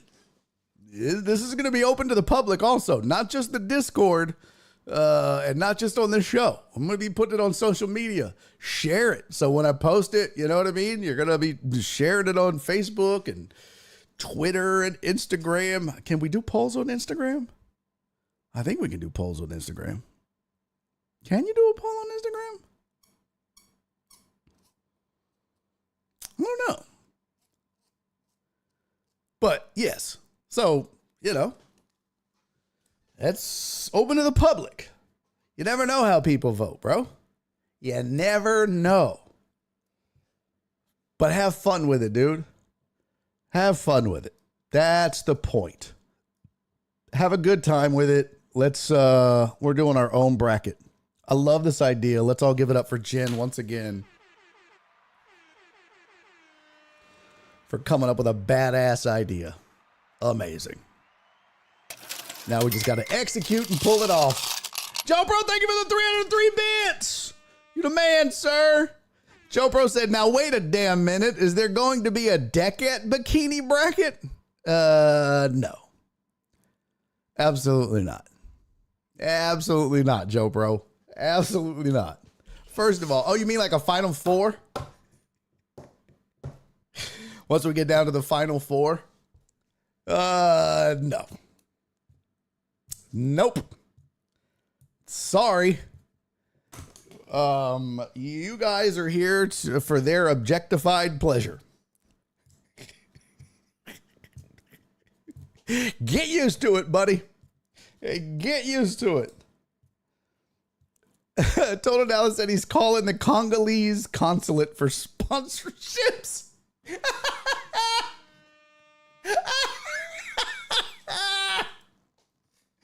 See, Total Dallas, that would be hilarious, bro. Total Dallas, oh my God, I have an idea for you. I'm going to message you in private. Okay? Or just shoot me a message, Total Dallas. I want to give you an idea. Oh my God, that's so funny. Holy shit, that's funny. Mimi! What's up, memesters? Mimi said, unfortunately, there aren't enough of us. Sorry, not sorry. Yeah, I mean, you know, the Deckets, they're a small but mighty group. But, no. This is the way the class system works in the Burial and Deck community. Okay? We're just all here for their pleasure. This is how it goes, Joe Pro. Listen, just years upon years of it being the other way. The high heel's on the other foot now, bro. What can I tell you? I don't know what to tell you. All right. Real quick, before we go any further. Oh, shit. Hold on. Son of a bitch. Cut.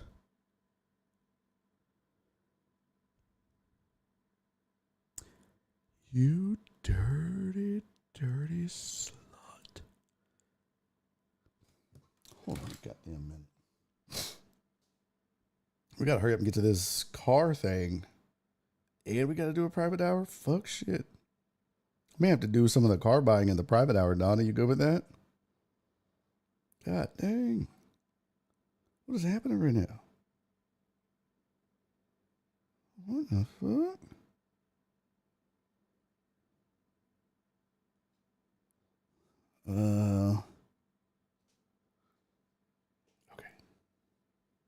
Okay. Yes, here we go. Here.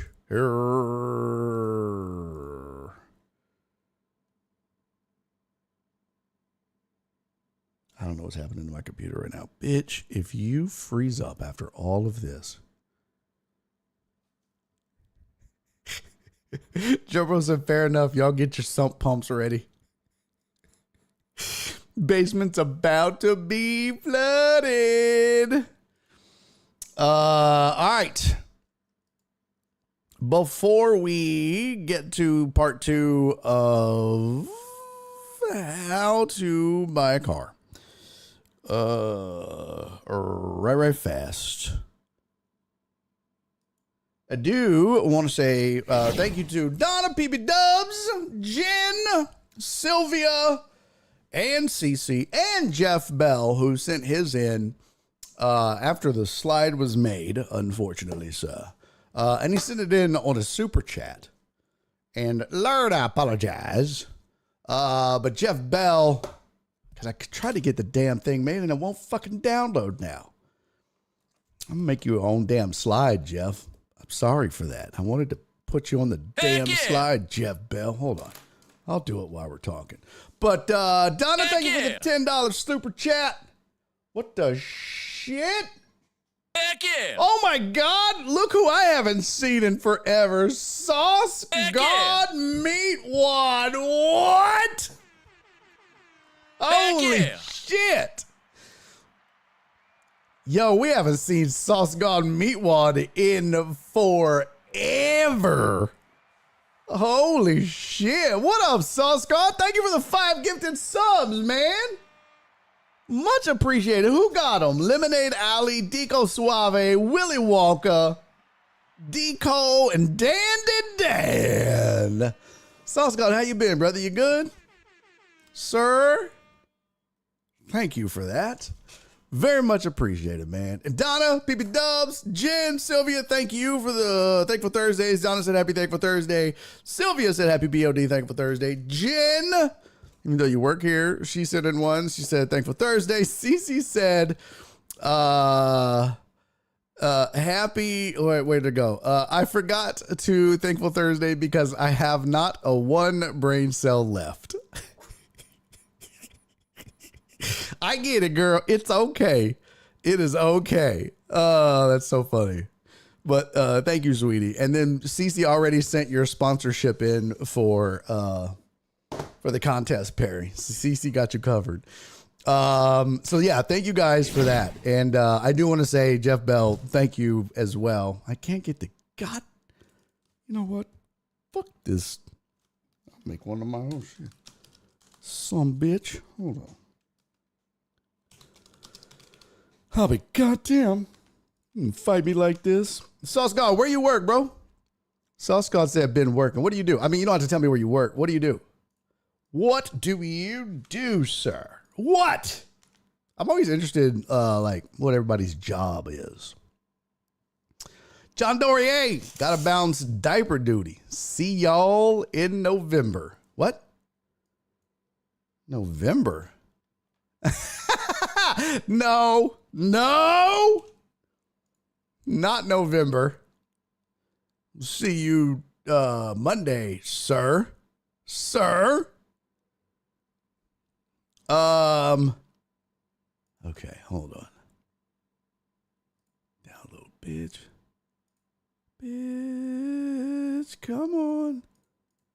There we go, done. Download. All right, cool. Leak sealing for refineries. Measure a pipe and put clamps. Oh, damn. That sounds dangerous. Yeah, that sounds dangerous as fuck.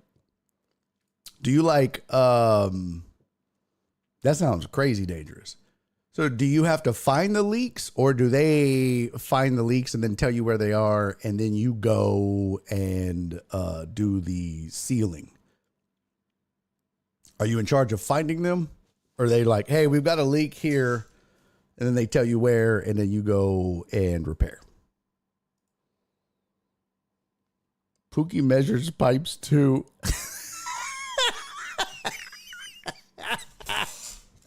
Fucking Dre, you're such a dick, bro. Oh my God, Dre is such an ass. I swear to God. Dre is such a dick. Dre is such an asshole. I swear to God. Dre, leave that man alone. Leave that man alone. Good Lord have mercy. Jeff Bell, I made it. I made it, Jeff Bell. Sir, thank you for the Thankful Thursday. Much appreciated, buddy. You're the man, sir. You're the man. Okay, here we go. This is part 2 of how to buy a car. All right. So, man, it's so hot up in this bitch. Oh my God. Where the fuck? Lord Jesus. Oh, there it is. I gotta turn this fan on. All right, let's get to it. How do you connect to?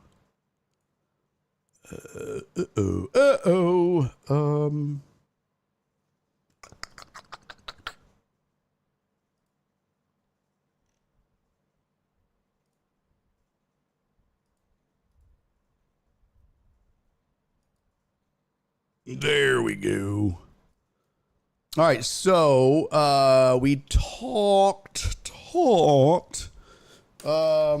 what the shit?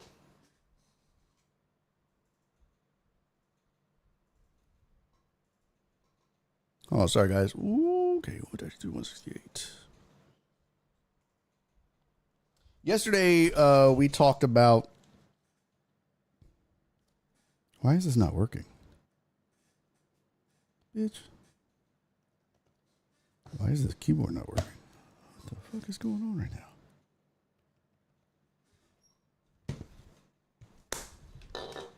This sucks. I guess this don't work no more. Well, I'll be a motherfucker. Okay. Well. Oh, there it goes. So yesterday we talked about buying a car. The 3 phases of buying a car. We got to the first. Remember, I told you there is the triangle. This is the 3 ways that car dealers make money off of you. We talked about the triangle, right? This is the 3 ways that a car dealer can make money off of you. It's you buying their car. It's them buying your car, and it is financing. Yesterday, we talked about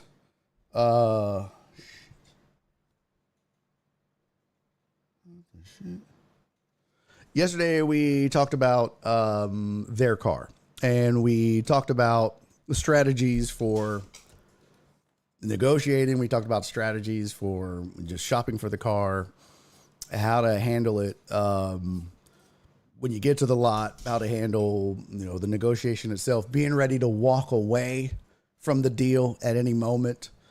And we talked about when you get to the lot. We talked about all of that. We talked about a lot of that. Now, a couple of things I wanted to say, follow up on that before we get to the rest of this. So, a couple of key things about this. Right? When you go, we talked about operating in a vacuum. Each of these are their own things. So you never do these together. And what we did is we talked about, they're going to ask you when you get there, so are you trading something in? No, I'm not trading something in. Even if you are trading something in, you always tell them no, because you're going to negotiate that later and separately.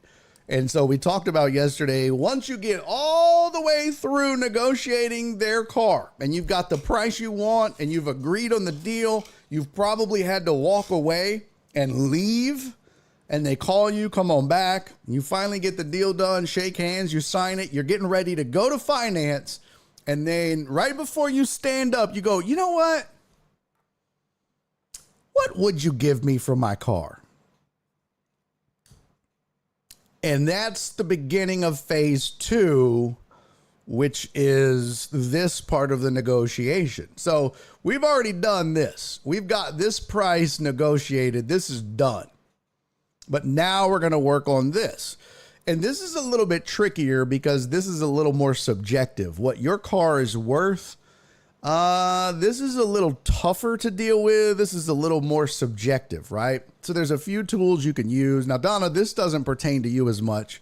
So I'm not going to go into as much detail on this because this was really to kind of help Donna buy her car, but I wanted to educate everybody when it comes to this. So in this case, what you really want to do is you want to be armed with the knowledge of how much your car is worth. All right. So how can you do that? Well, one, you can go online and look and find out what is your kind of car selling for in your area. And you can do that really easily by just Googling. You can just, Sauce Scott said, I just actually bought a used truck in January, so I got to see this. Dub said, car buying pyramid scheme. Hey, what up, Heartthrob? So, oh, damn. Sauce Scott said, Valero will call and tell us to come out, measure the pipe. Engineering will design a clamp. Machine shop builds it, and I, with the help of others, install it. They can range from 10 pounds to a couple thousand. Damn, that's crazy, dude. Yo, that's crazy. So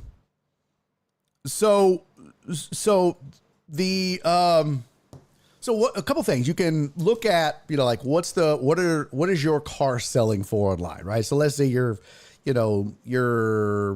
drive like a 2022 Camry.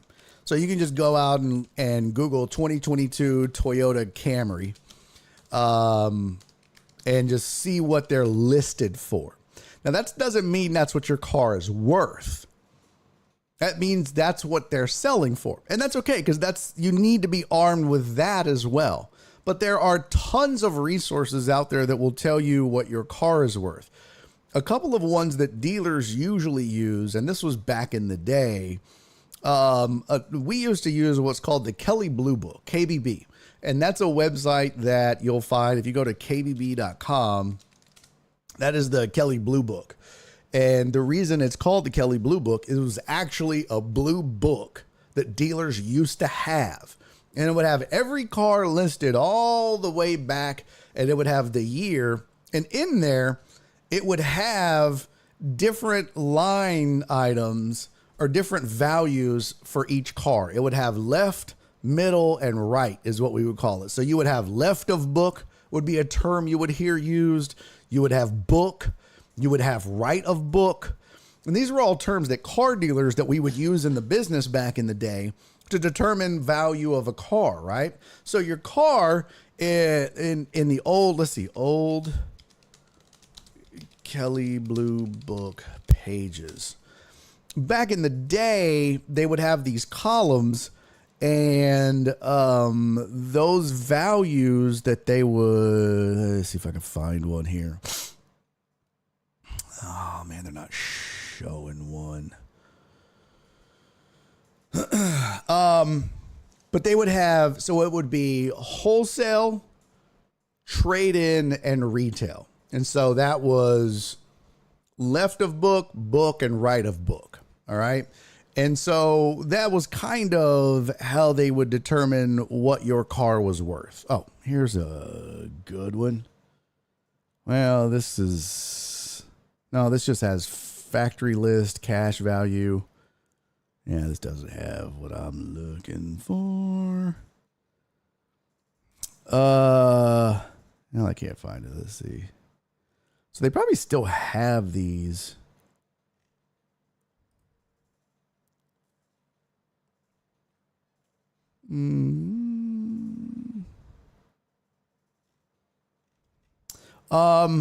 So, but they would have these blue books, and they would have these values, right? And so based on this, that's what they would determine. Like, they would kind of determine what your car was worth.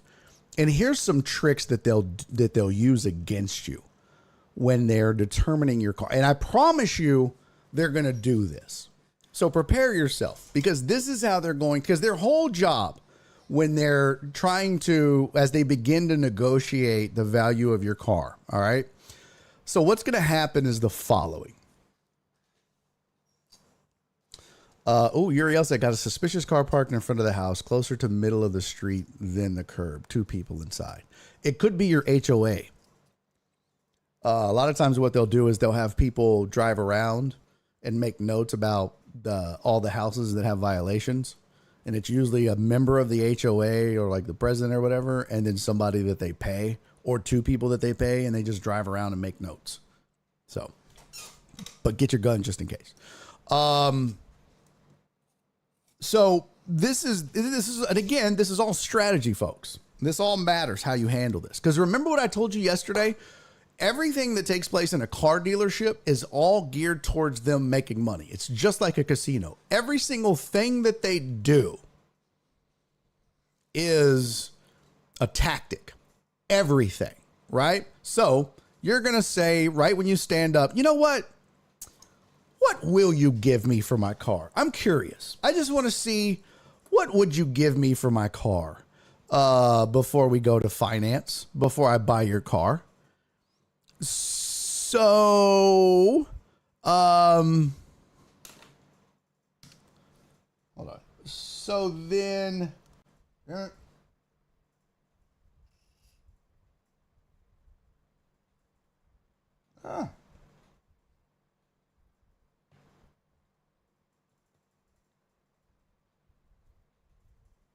so they're going to take you outside. All right. Oh, maybe this will work now. I can use my iPad to draw. Let's see. Did that work? Oh, who's fancy? What? Daddy's using his iPad now to telestrate? Oh, man. Snap. Oh, shit, I lost it. Damn it.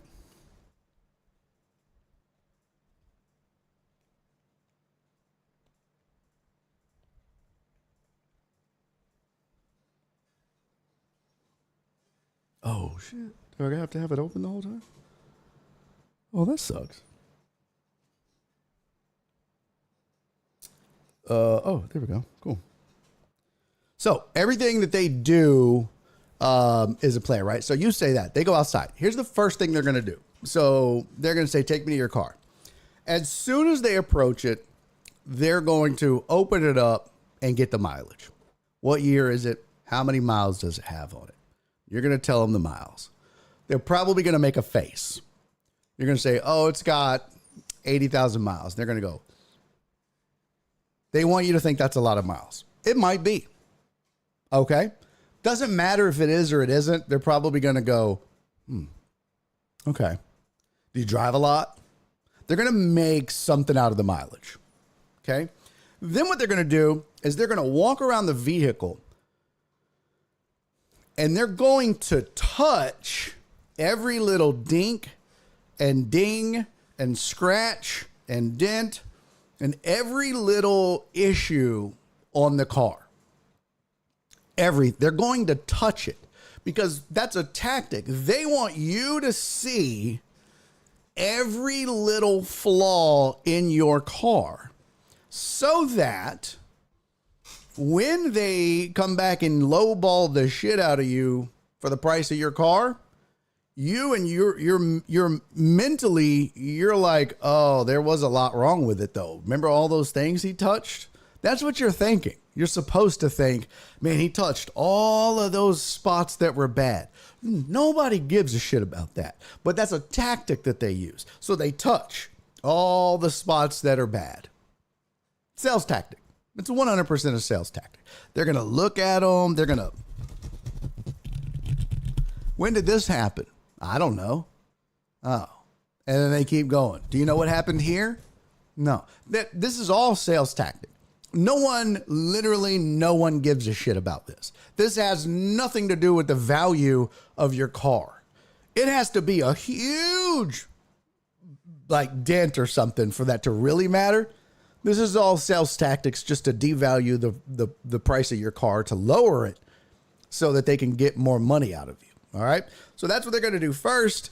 Then what they're going to say is, well, I got to send this over to my used car manager. Okay.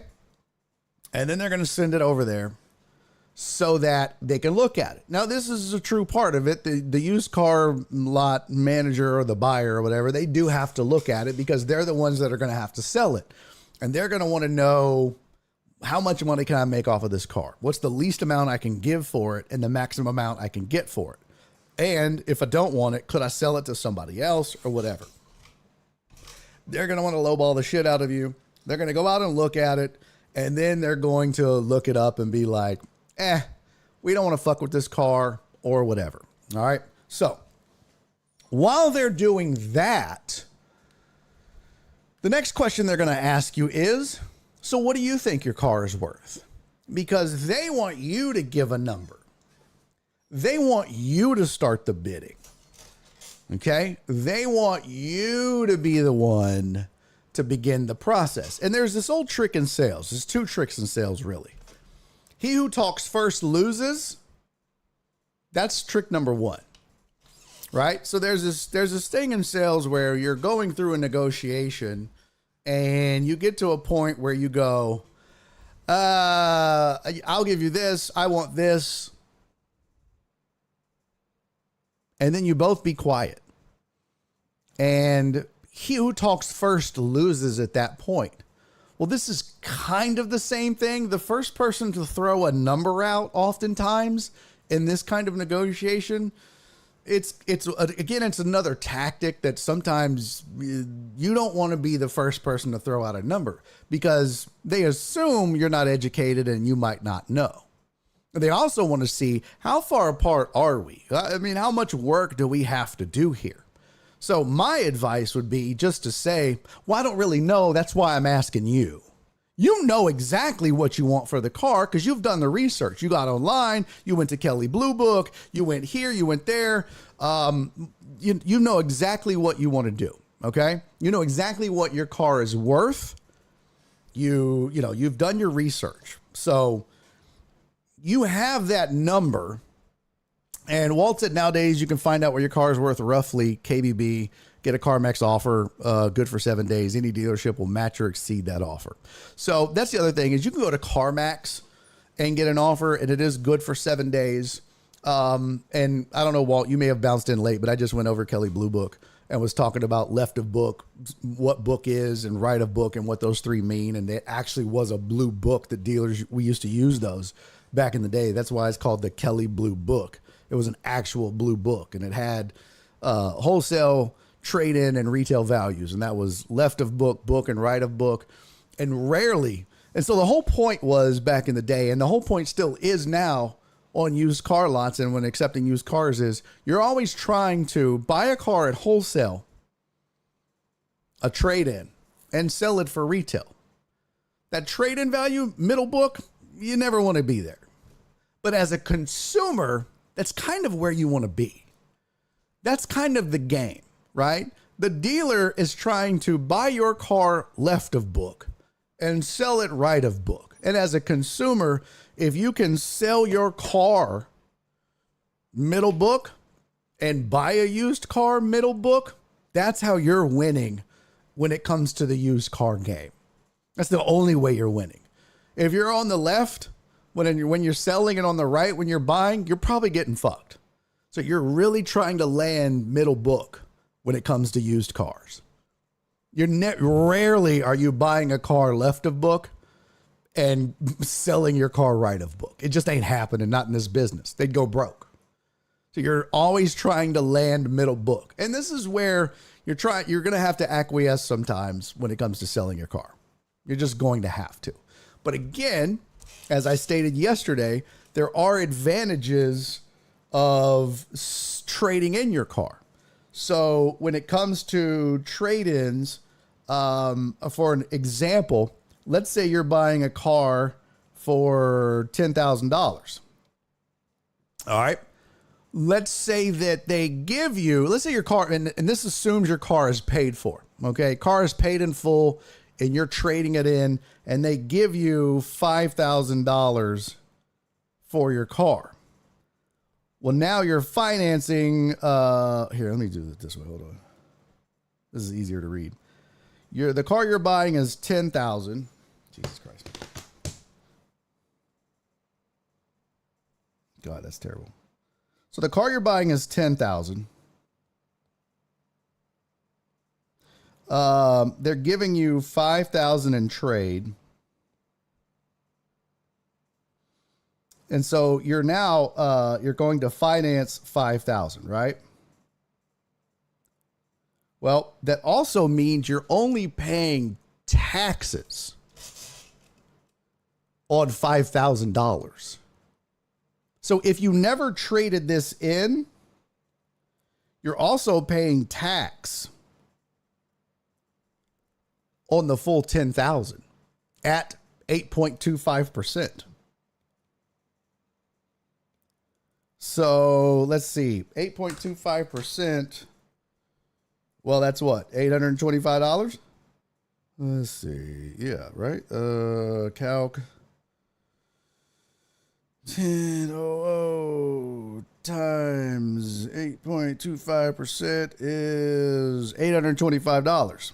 And if you were to finance $5,000 and pay taxes at 8.25%, it's $412. So, I mean, it's a pretty significant difference in savings for you just by trading it in and letting them take the car off your hands. So also something to keep in mind, if you're $400 or $500 off in this transaction, in this negotiation, and they're offering you $4,500 and you're wanting $5,500, remember, you've got this savings right here. It's probably worth it just to take the $4,500, get the tax savings, and say fuck it, because now you ain't got to sell it to somebody or whatever. Because even if you go to CarMax and sell it, you're not gonna necessarily get the trade-in value. Now you could take that cash and put it down, but I think still you're paying full price for it, because even if you walk in and put the cash down, you're paying $10K, so you have to pay taxes on the $10K. So I hope that makes sense. The trade-in value lowers the total of the transaction. Paying cash or financing does not. So I hope that makes sense. It's only when you trade in do you lower the amount of taxes you pay on the car. So that's one big advantage of trading in a car. Mimi said, are there any absolute do not do's? When it comes to trading in,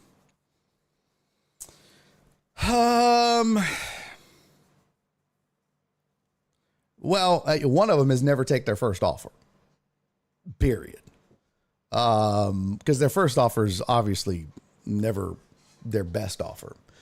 One of the things, and I would obviously go in armed with what it's worth.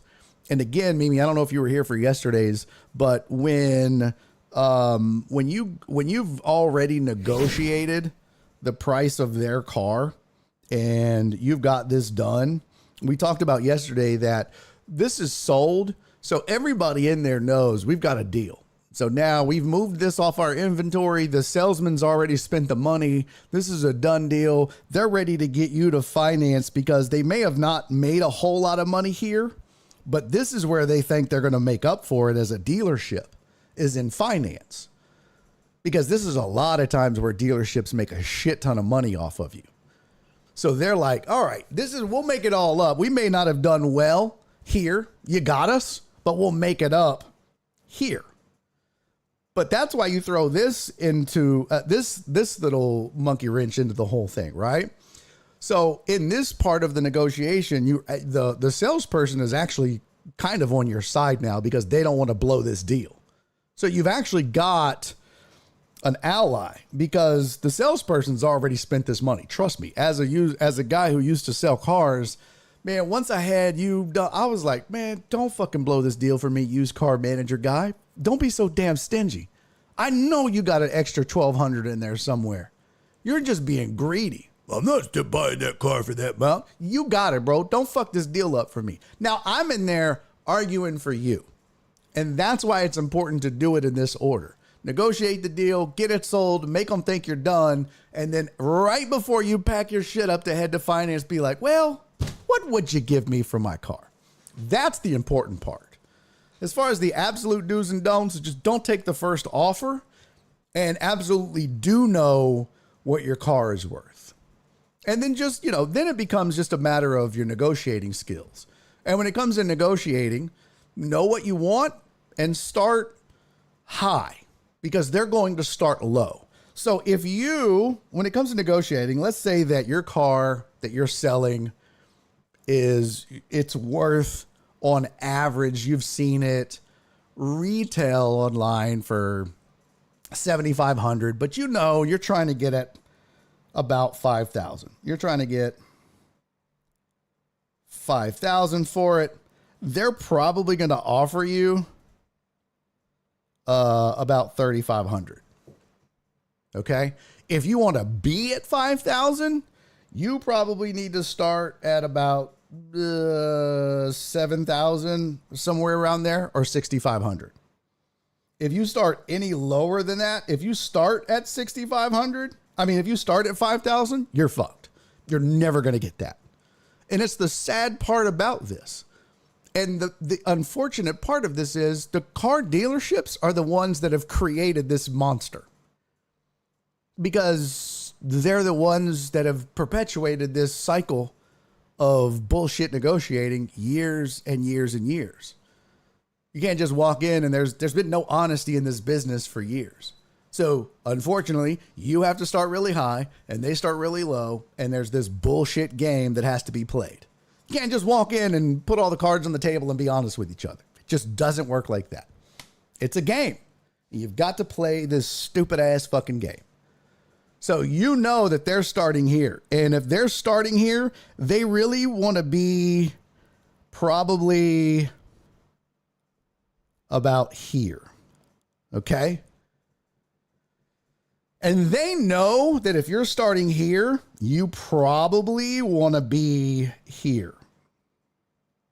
But that's why this really is the sweet spot for both of you. But they're not willing to come up as much as you're willing to come down. I promise.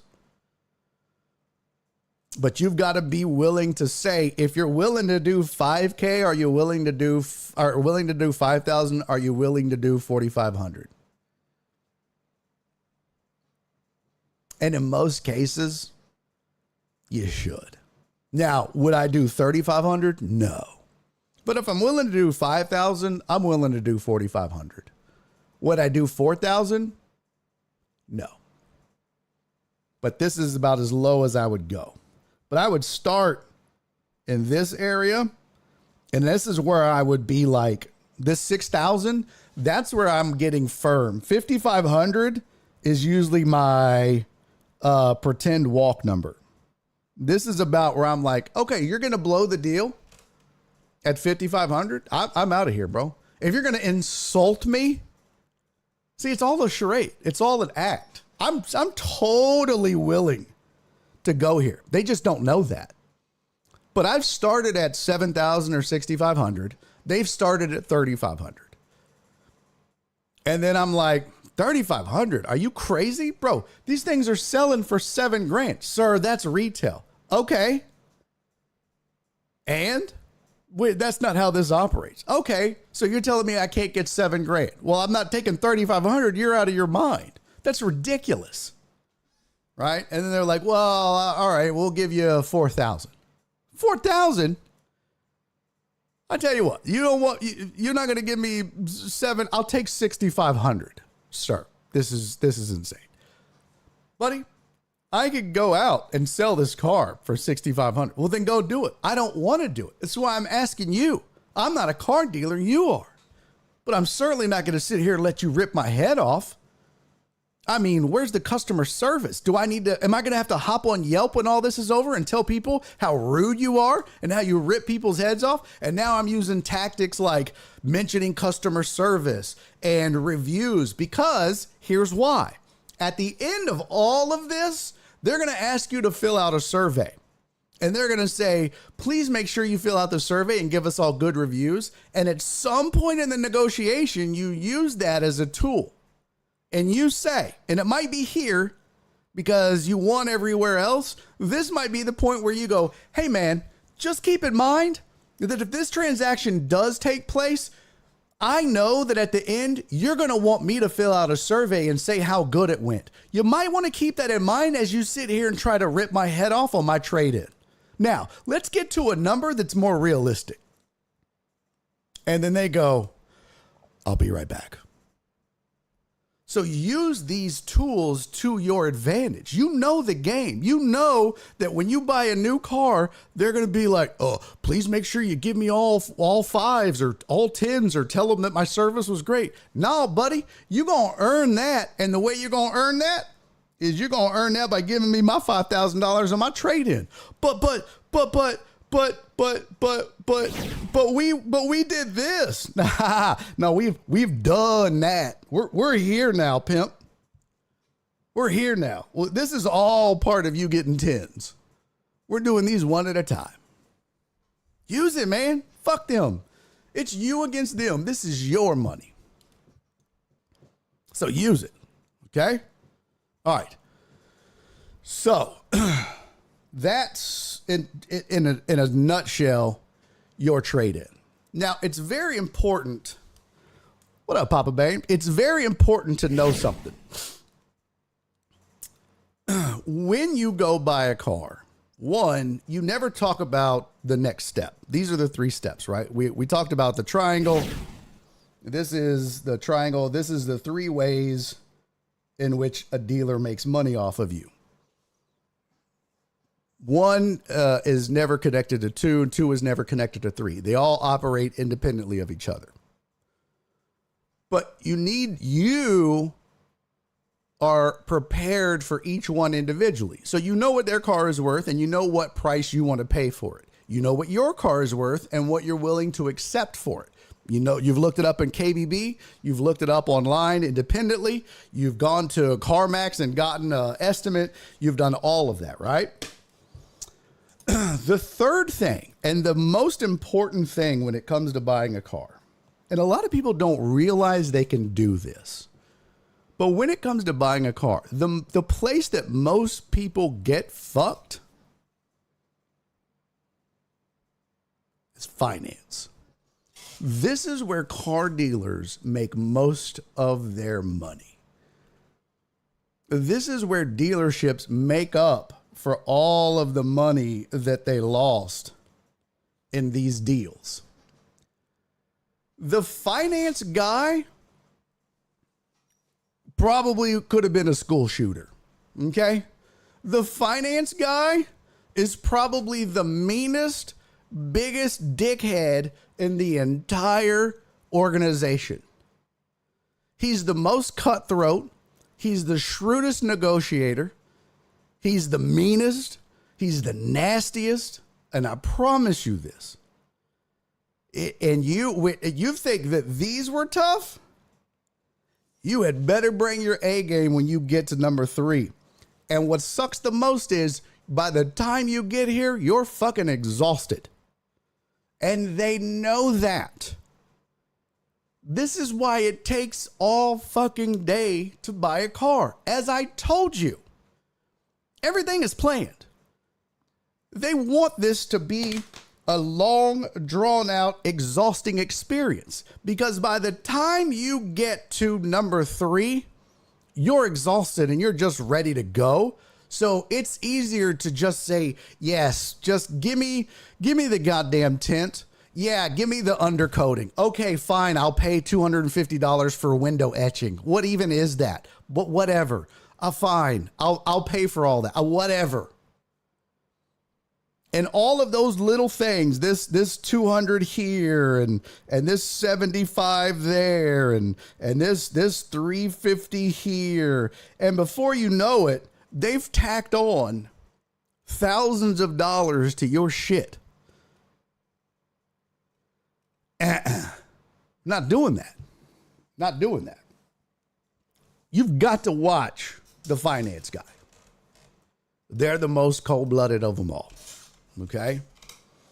Eggerson says, I have walked after finance guy tried to fuck us when I was getting a new truck. This is the most important place to walk. It really is. But here's the trick, Eric. This is why you don't have to walk. Okay?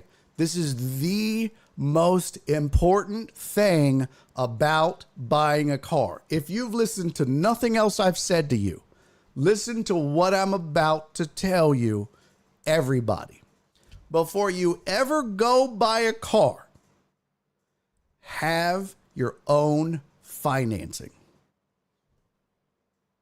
I'll say it again.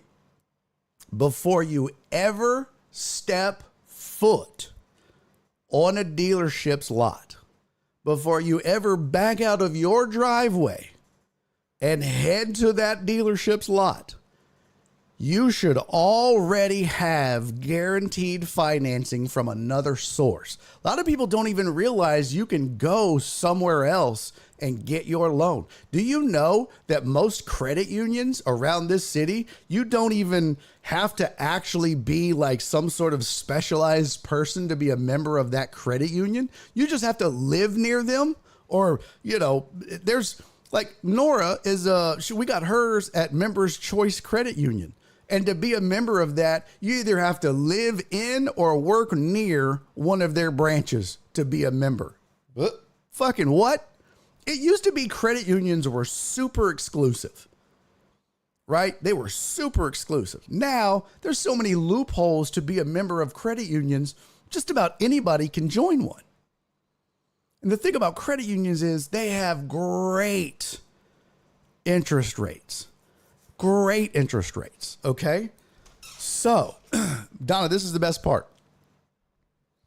So, what you should do before you go buy a car is go to your credit union or go to your bank and say, I want to buy a car. So, I want to get pre-approved. And if you can't or don't want to get pre-approved, at the very least, you want to get pre-qualified. These are two completely different things, all right? There's pre-approved. Damn it, this thing is slow as fuck. And then there's pre-qualified. Two different things. The difference is pre-approved means you actually have a loan.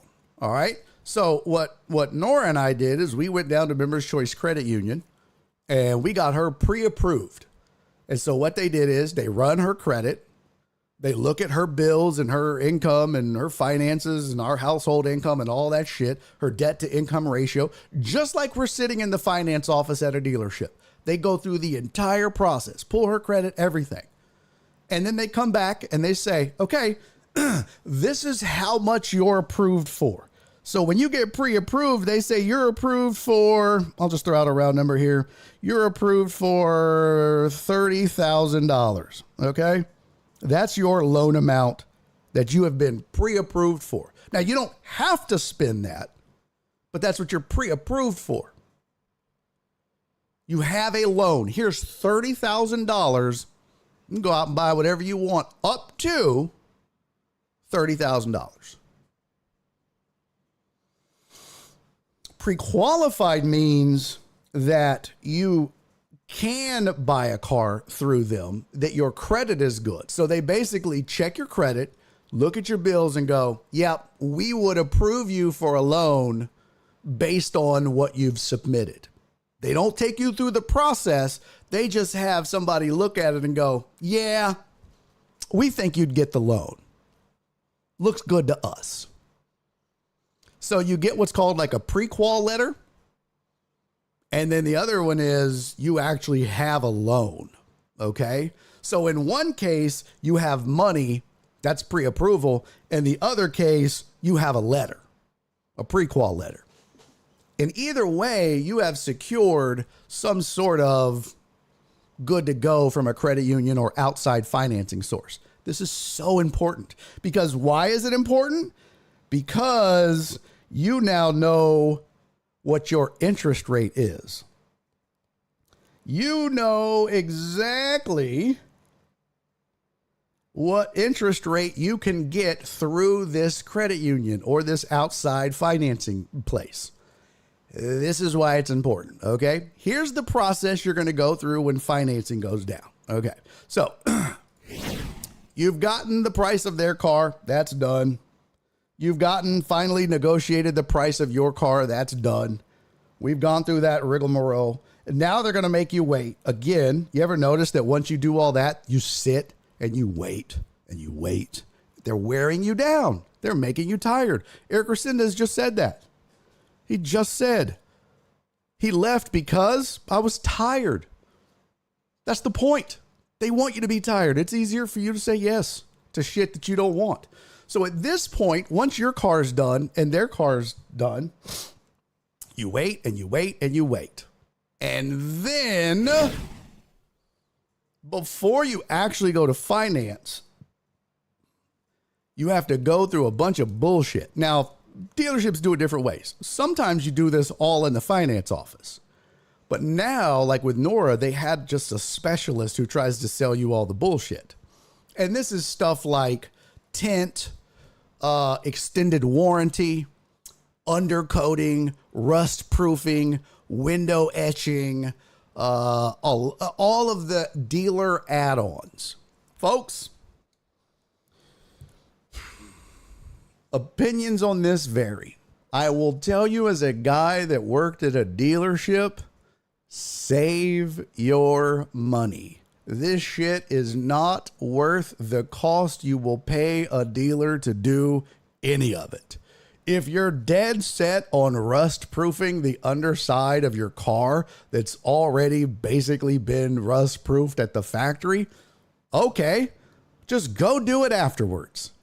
Jared Taylor mentioned on the Discord that he ended up, his wife was there because he was hurting the kids, and she ended up agreeing to $700 window tint. I had my wife's car's windows tinted, her GMC Yukon, not Yukon, what was it? Whatever the fuck it was. We paid like $250. A dealership was going to charge like $500, $600, $700. Do not buy anything from the dealers. You can get it on Amazon. You can get it aftermarket. You can find it everywhere else. Much cheaper. Every word you say after you've negotiated the price of your car is no. After this is the only thing you say. That's it. High compression floor mats. Yeah, what the fuck is that? Everything you say after your car has been negotiated is no. Have you considered an extended warranty? No. Now, some people love extended warranties. I don't. Especially when I'm buying a brand new car. I've never bought an extended warranty on a brand new car. Ever. Some people like them. Okay. Good for you. Waste your money. Have you considered upgrading the sound system? No. Would you like to do solar tinting? No. How about the coating, the clear coat? No.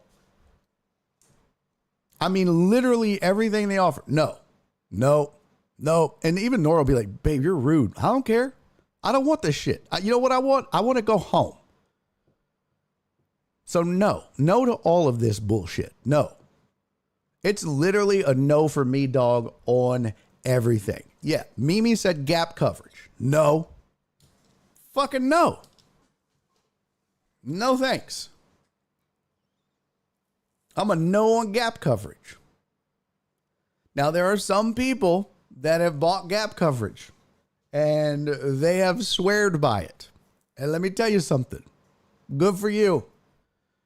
But if you look at the amount of times that gap coverage has been used and used successfully, I guarantee you it's probably a percentage of 1%. Think of it like your regular insurance. Think about how many times you've tried to use your insurance and gotten fucked. Now imagine how bad that is with gap insurance. And if you don't know what gap insurance is what you pay for to cover the difference in what your car's worth versus its value if you totaled it. In other words, see, a car is a depreciating asset. So when you drive off the lot, you immediately lose X amount of value, which is also why it's so important to do everything I'm telling you.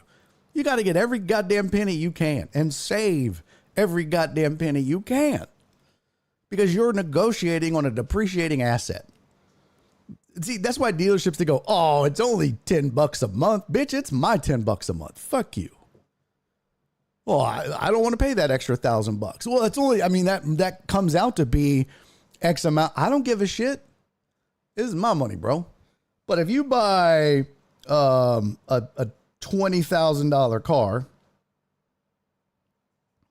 this thing is slow. That's why I have to write so slow. And you drive off the lot, it's immediately worth $18,000. Maybe. Okay. So if you turn around the next day and try to sell it, that's all you're going to get for it. That means you're already $2,000 in the hole as soon as you buy it. If you wrecked it, gap insurance is covering that difference. Just that difference. Because supposedly your insurance is going to give you this. But we all know that's not true either, right? So if your insurance doesn't give you that, you're still fucked, because gap insurance is only going to give you what they say retail is versus what you paid. It's not worth it. So I just don't do it. That's just me, though. I'm 50 years old. I've worked in the car business. I've never had gap insurance in my life.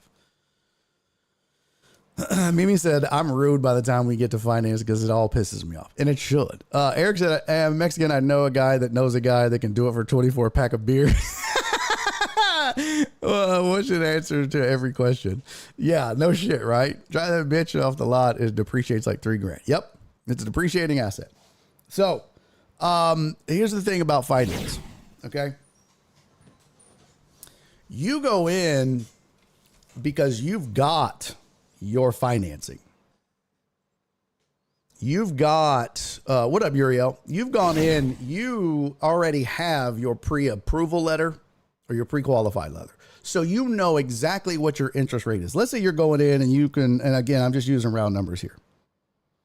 You're going in and you're saying, look, I can get 5% interest. I know that. I've been pre-approved for a loan for $30,000 with 5% interest. And I'm buying this car. I've already told them no on all this shit. All right. So you get in there. Now there's going to be stuff on the docs, like doc fees. And, oh, well, we put window etching on there. I'm like, well, I didn't ask you to. So I'll argue on this shit. That's a whole other 30, 45-minute discussion that we don't have time for. Here's what's important about finance and the reason why you got pre-qualified or pre-approved. Because when you sit down, they're going to want to run your credit. This is an unfortunate thing. You're going to have to let them. But my answer is this. They're going to say, all right, I need you to fill this out with your thing. Okay, fine. They're going to pull it up and go, okay, I got you 6.75%. Oh, did you? You got me 6.75%, huh? Wow, how nice of you. That's great, but no thanks. And they're going to go, what do you mean no thanks? I'm almost insulted that you would just throw a number like that out, given my credit score or whatever. Unless you can beat 5%, we'll just go with our credit union. What? Yeah. I'm already pre-approved at my credit union for a 5% loan for $30,000. So this is a done deal for me, homie. So unless you can beat that, and when I say beat it, I don't mean 4.99. When I say beat it, I mean you've got to make it worth my while, Bobby. So unless you can earn my business, I'll just finance through my credit union because it's easier. You get what I'm saying here? So I'm thinking 4.5% would probably earn my business. See, what I'm doing now is taking control. Remember, we talked about that yesterday. This is all about control when it comes to negotiating. And these guys in finance, they're the best at it. I promise. I'm not letting them do that. So they want to sit down and they want to start taking control. I'm putting my dick on the table real quick. Let me just stop you with all this running the credit. If you can't beat 5%, and I don't mean beat it by 4.75, 4.8. I mean, you're going to need to earn my business today, Frank. And when I say earn my business, I mean, I've got approved for 5% from my credit union. So unless you can do 4.5%, let's just save each other a lot of time and heartache. And I'll just stay with my credit union at 5%. Got it? We good? Because I'm ready to go eat and I'm hungry and she's hungry. And quite frankly, I'm sick of all this shit because you guys have been giving me the runaround. And this has been one of the worst experiences I've ever had buying a car. You guys are not going to like the reviews I give you when I'm done. So can you beat 5% at 4.5? Because if not, let's just get the paperwork going. And I'll have my credit union send you over my pre-approval. You see, I'm running it now. And they don't like that. And now he's getting mad. Well, hold on. Nah, I ain't got time for this shit. See, I've got a loan. I don't really need you here, Frank. So can you do 4.5? That's all I need to know. Because if you can't, let's go. I'm not fucking with them. Because that's what they want to do, that whole rigmarole thing. And no. Now they're see, because that's the thing, y'all. This is why you go in with a loan. I don't need you, bro. I have a fucking loan that covers the cost of this car. Because at this point, this is the beauty of being pre-approved. At this point, they have no choice but to send over the paperwork to your credit union and say, hey, this guy bought this car. Send us a check. In the credit union, you basically go to them and do all the work that you would normally sit in finance and do. Now you're doing it with your credit union, and it's so much more pleasant. And they're not trying to upsell you on a bunch of bullshit. That's the beauty of outside finance. But you can use it. You can use it as a tool, as a negotiating tool to get a lower interest rate. But most of the time, 95% of the time, they can't beat it. They just can't beat it. And, it pisses them off. And I don't give a fuck. I let it piss them off. Because then they start, we're only talking. And this is where they usually say it, by the way. This is the point when they usually say, we're talking about 0.5%. We're talking about $12 a month. Great, Frank. I tell you what, Frank. I'll finance with you. But here's what's going to happen. We're going to sign a deal that says you're going to mail me a check every month for $12. Plus, each year, we're going to add interest to that. So it's going to go up from $12 plus inflation over the next 6 years. Is that cool? Since it's only $12, it's easy to say that when it's not your money. So I'll do the deal with you at 5%, but going forward, you're going to mail me a check every month, even if you don't work here anymore. I want it in writing. It's going to be a legally bound contract that you owe me $12 a month for the next 72 months, Frank. We good with that? It's just $12. I've put my hand out before. We good? Is that, we do that? No. It's just $12. And they're so mad because they know I'm patronizing the fuck out of them. Yeah, I am. Because you're patronizing the fuck out of me. Fuck you. Just $12. Bitch, it's my $12. They hate that. And at that point, like when I do that, they're done with me. They don't want to fuck with me no more. They're like, you know what? This is too much goddamn trouble. This is not worth it. Next. Sign right there. I'll have this shit sent to your fucking credit union. I bet you will, bitch. Bye.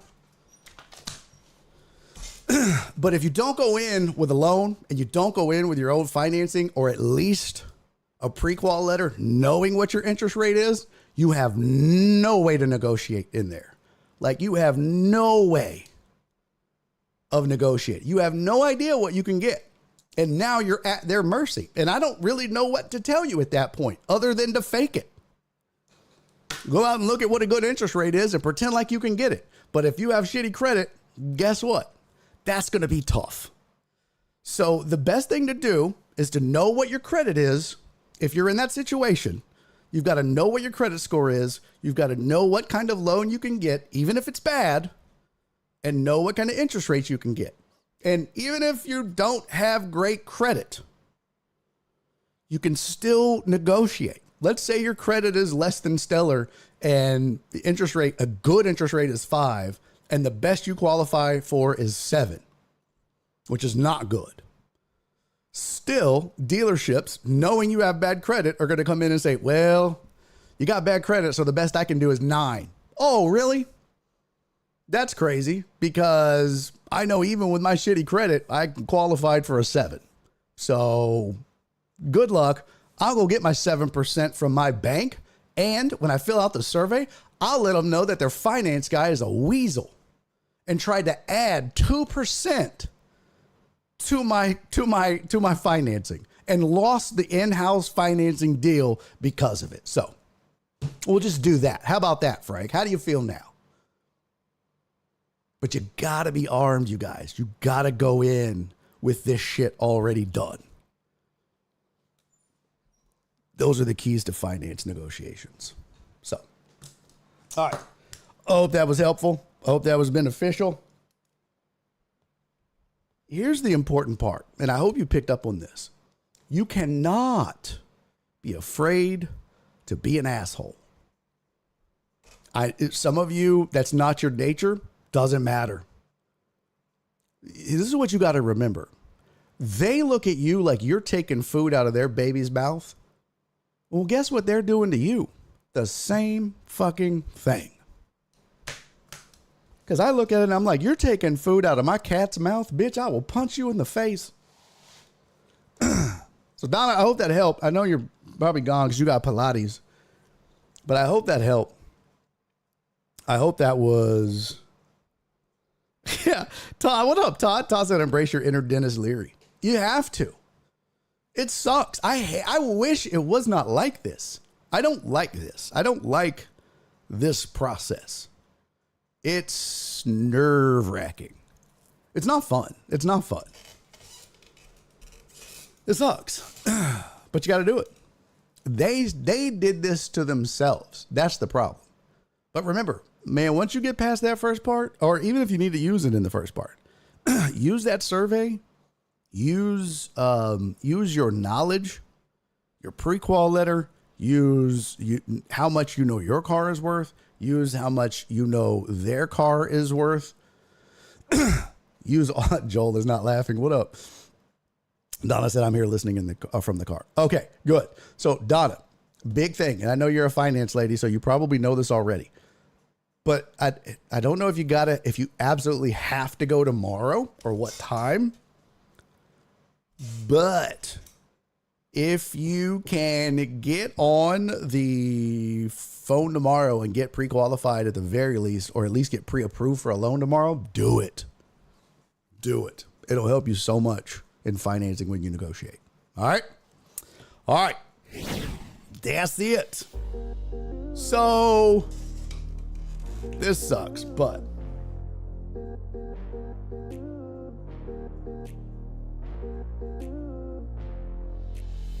What was that? Oh, a blocked user, huh? Interesting.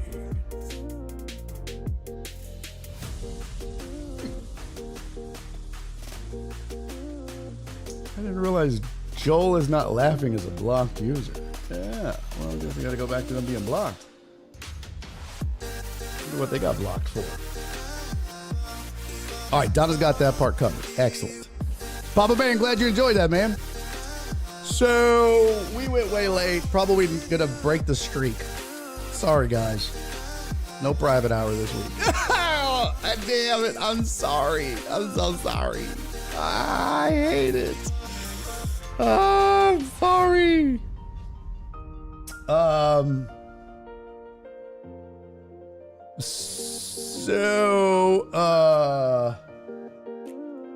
Let's see. Hey, Donna, I hope that was helpful though. I really do. And remember, no to everything in finance. Just buy the car. Buy the car. Uriel said, great show, B. Hopefully we'll be back on Twitch next week. God, I hope so. What did Uriel say? Oh, yeah, about the hopefully back on Twitch next week. Yeah, no shit, right? Love you, Donna. All right, I love you guys. I'll see y'all next week. Sorry, no private show. I'm going to go make my wife some dinner. We went late. Walt, love you, buddy. All right, man, enjoy the basketball this weekend, everybody. Pew, pew, pew. And I will see y'all next week, man. Donna, good luck buying your car. And for the rest of you, if you do have questions about all of the stuff that I talked about in the process of buying a car, hey, man, hit me up on social media. You know how to get in touch with me. I'm a DM away. You might be coming up on buying a car in the next couple of weeks or months or whatever. I'm happy to answer any questions that you might have about the process. All right, I'm here to help. So I love you guys. And as always, I appreciate you guys supporting the show, watching the show, being here, and hanging out. All right. So apologize to all the Patreon members for not having a private show this week. I'll make it up to you somehow. I'll send you all a picture of my taint. How about that? Okay. All right. I'll see you guys next week, man. I love you all so much. You guys do me 3 favors before I see you next week, okay? Be safe, be kind, and most importantly, love each other. And I'll have more details about the Barry on Deck dadBOD bracket coming soon. Look for that on the Discord and the Patreon. Talk to y'all soon, everybody. Love you. Bye. And he's making a YouTube video.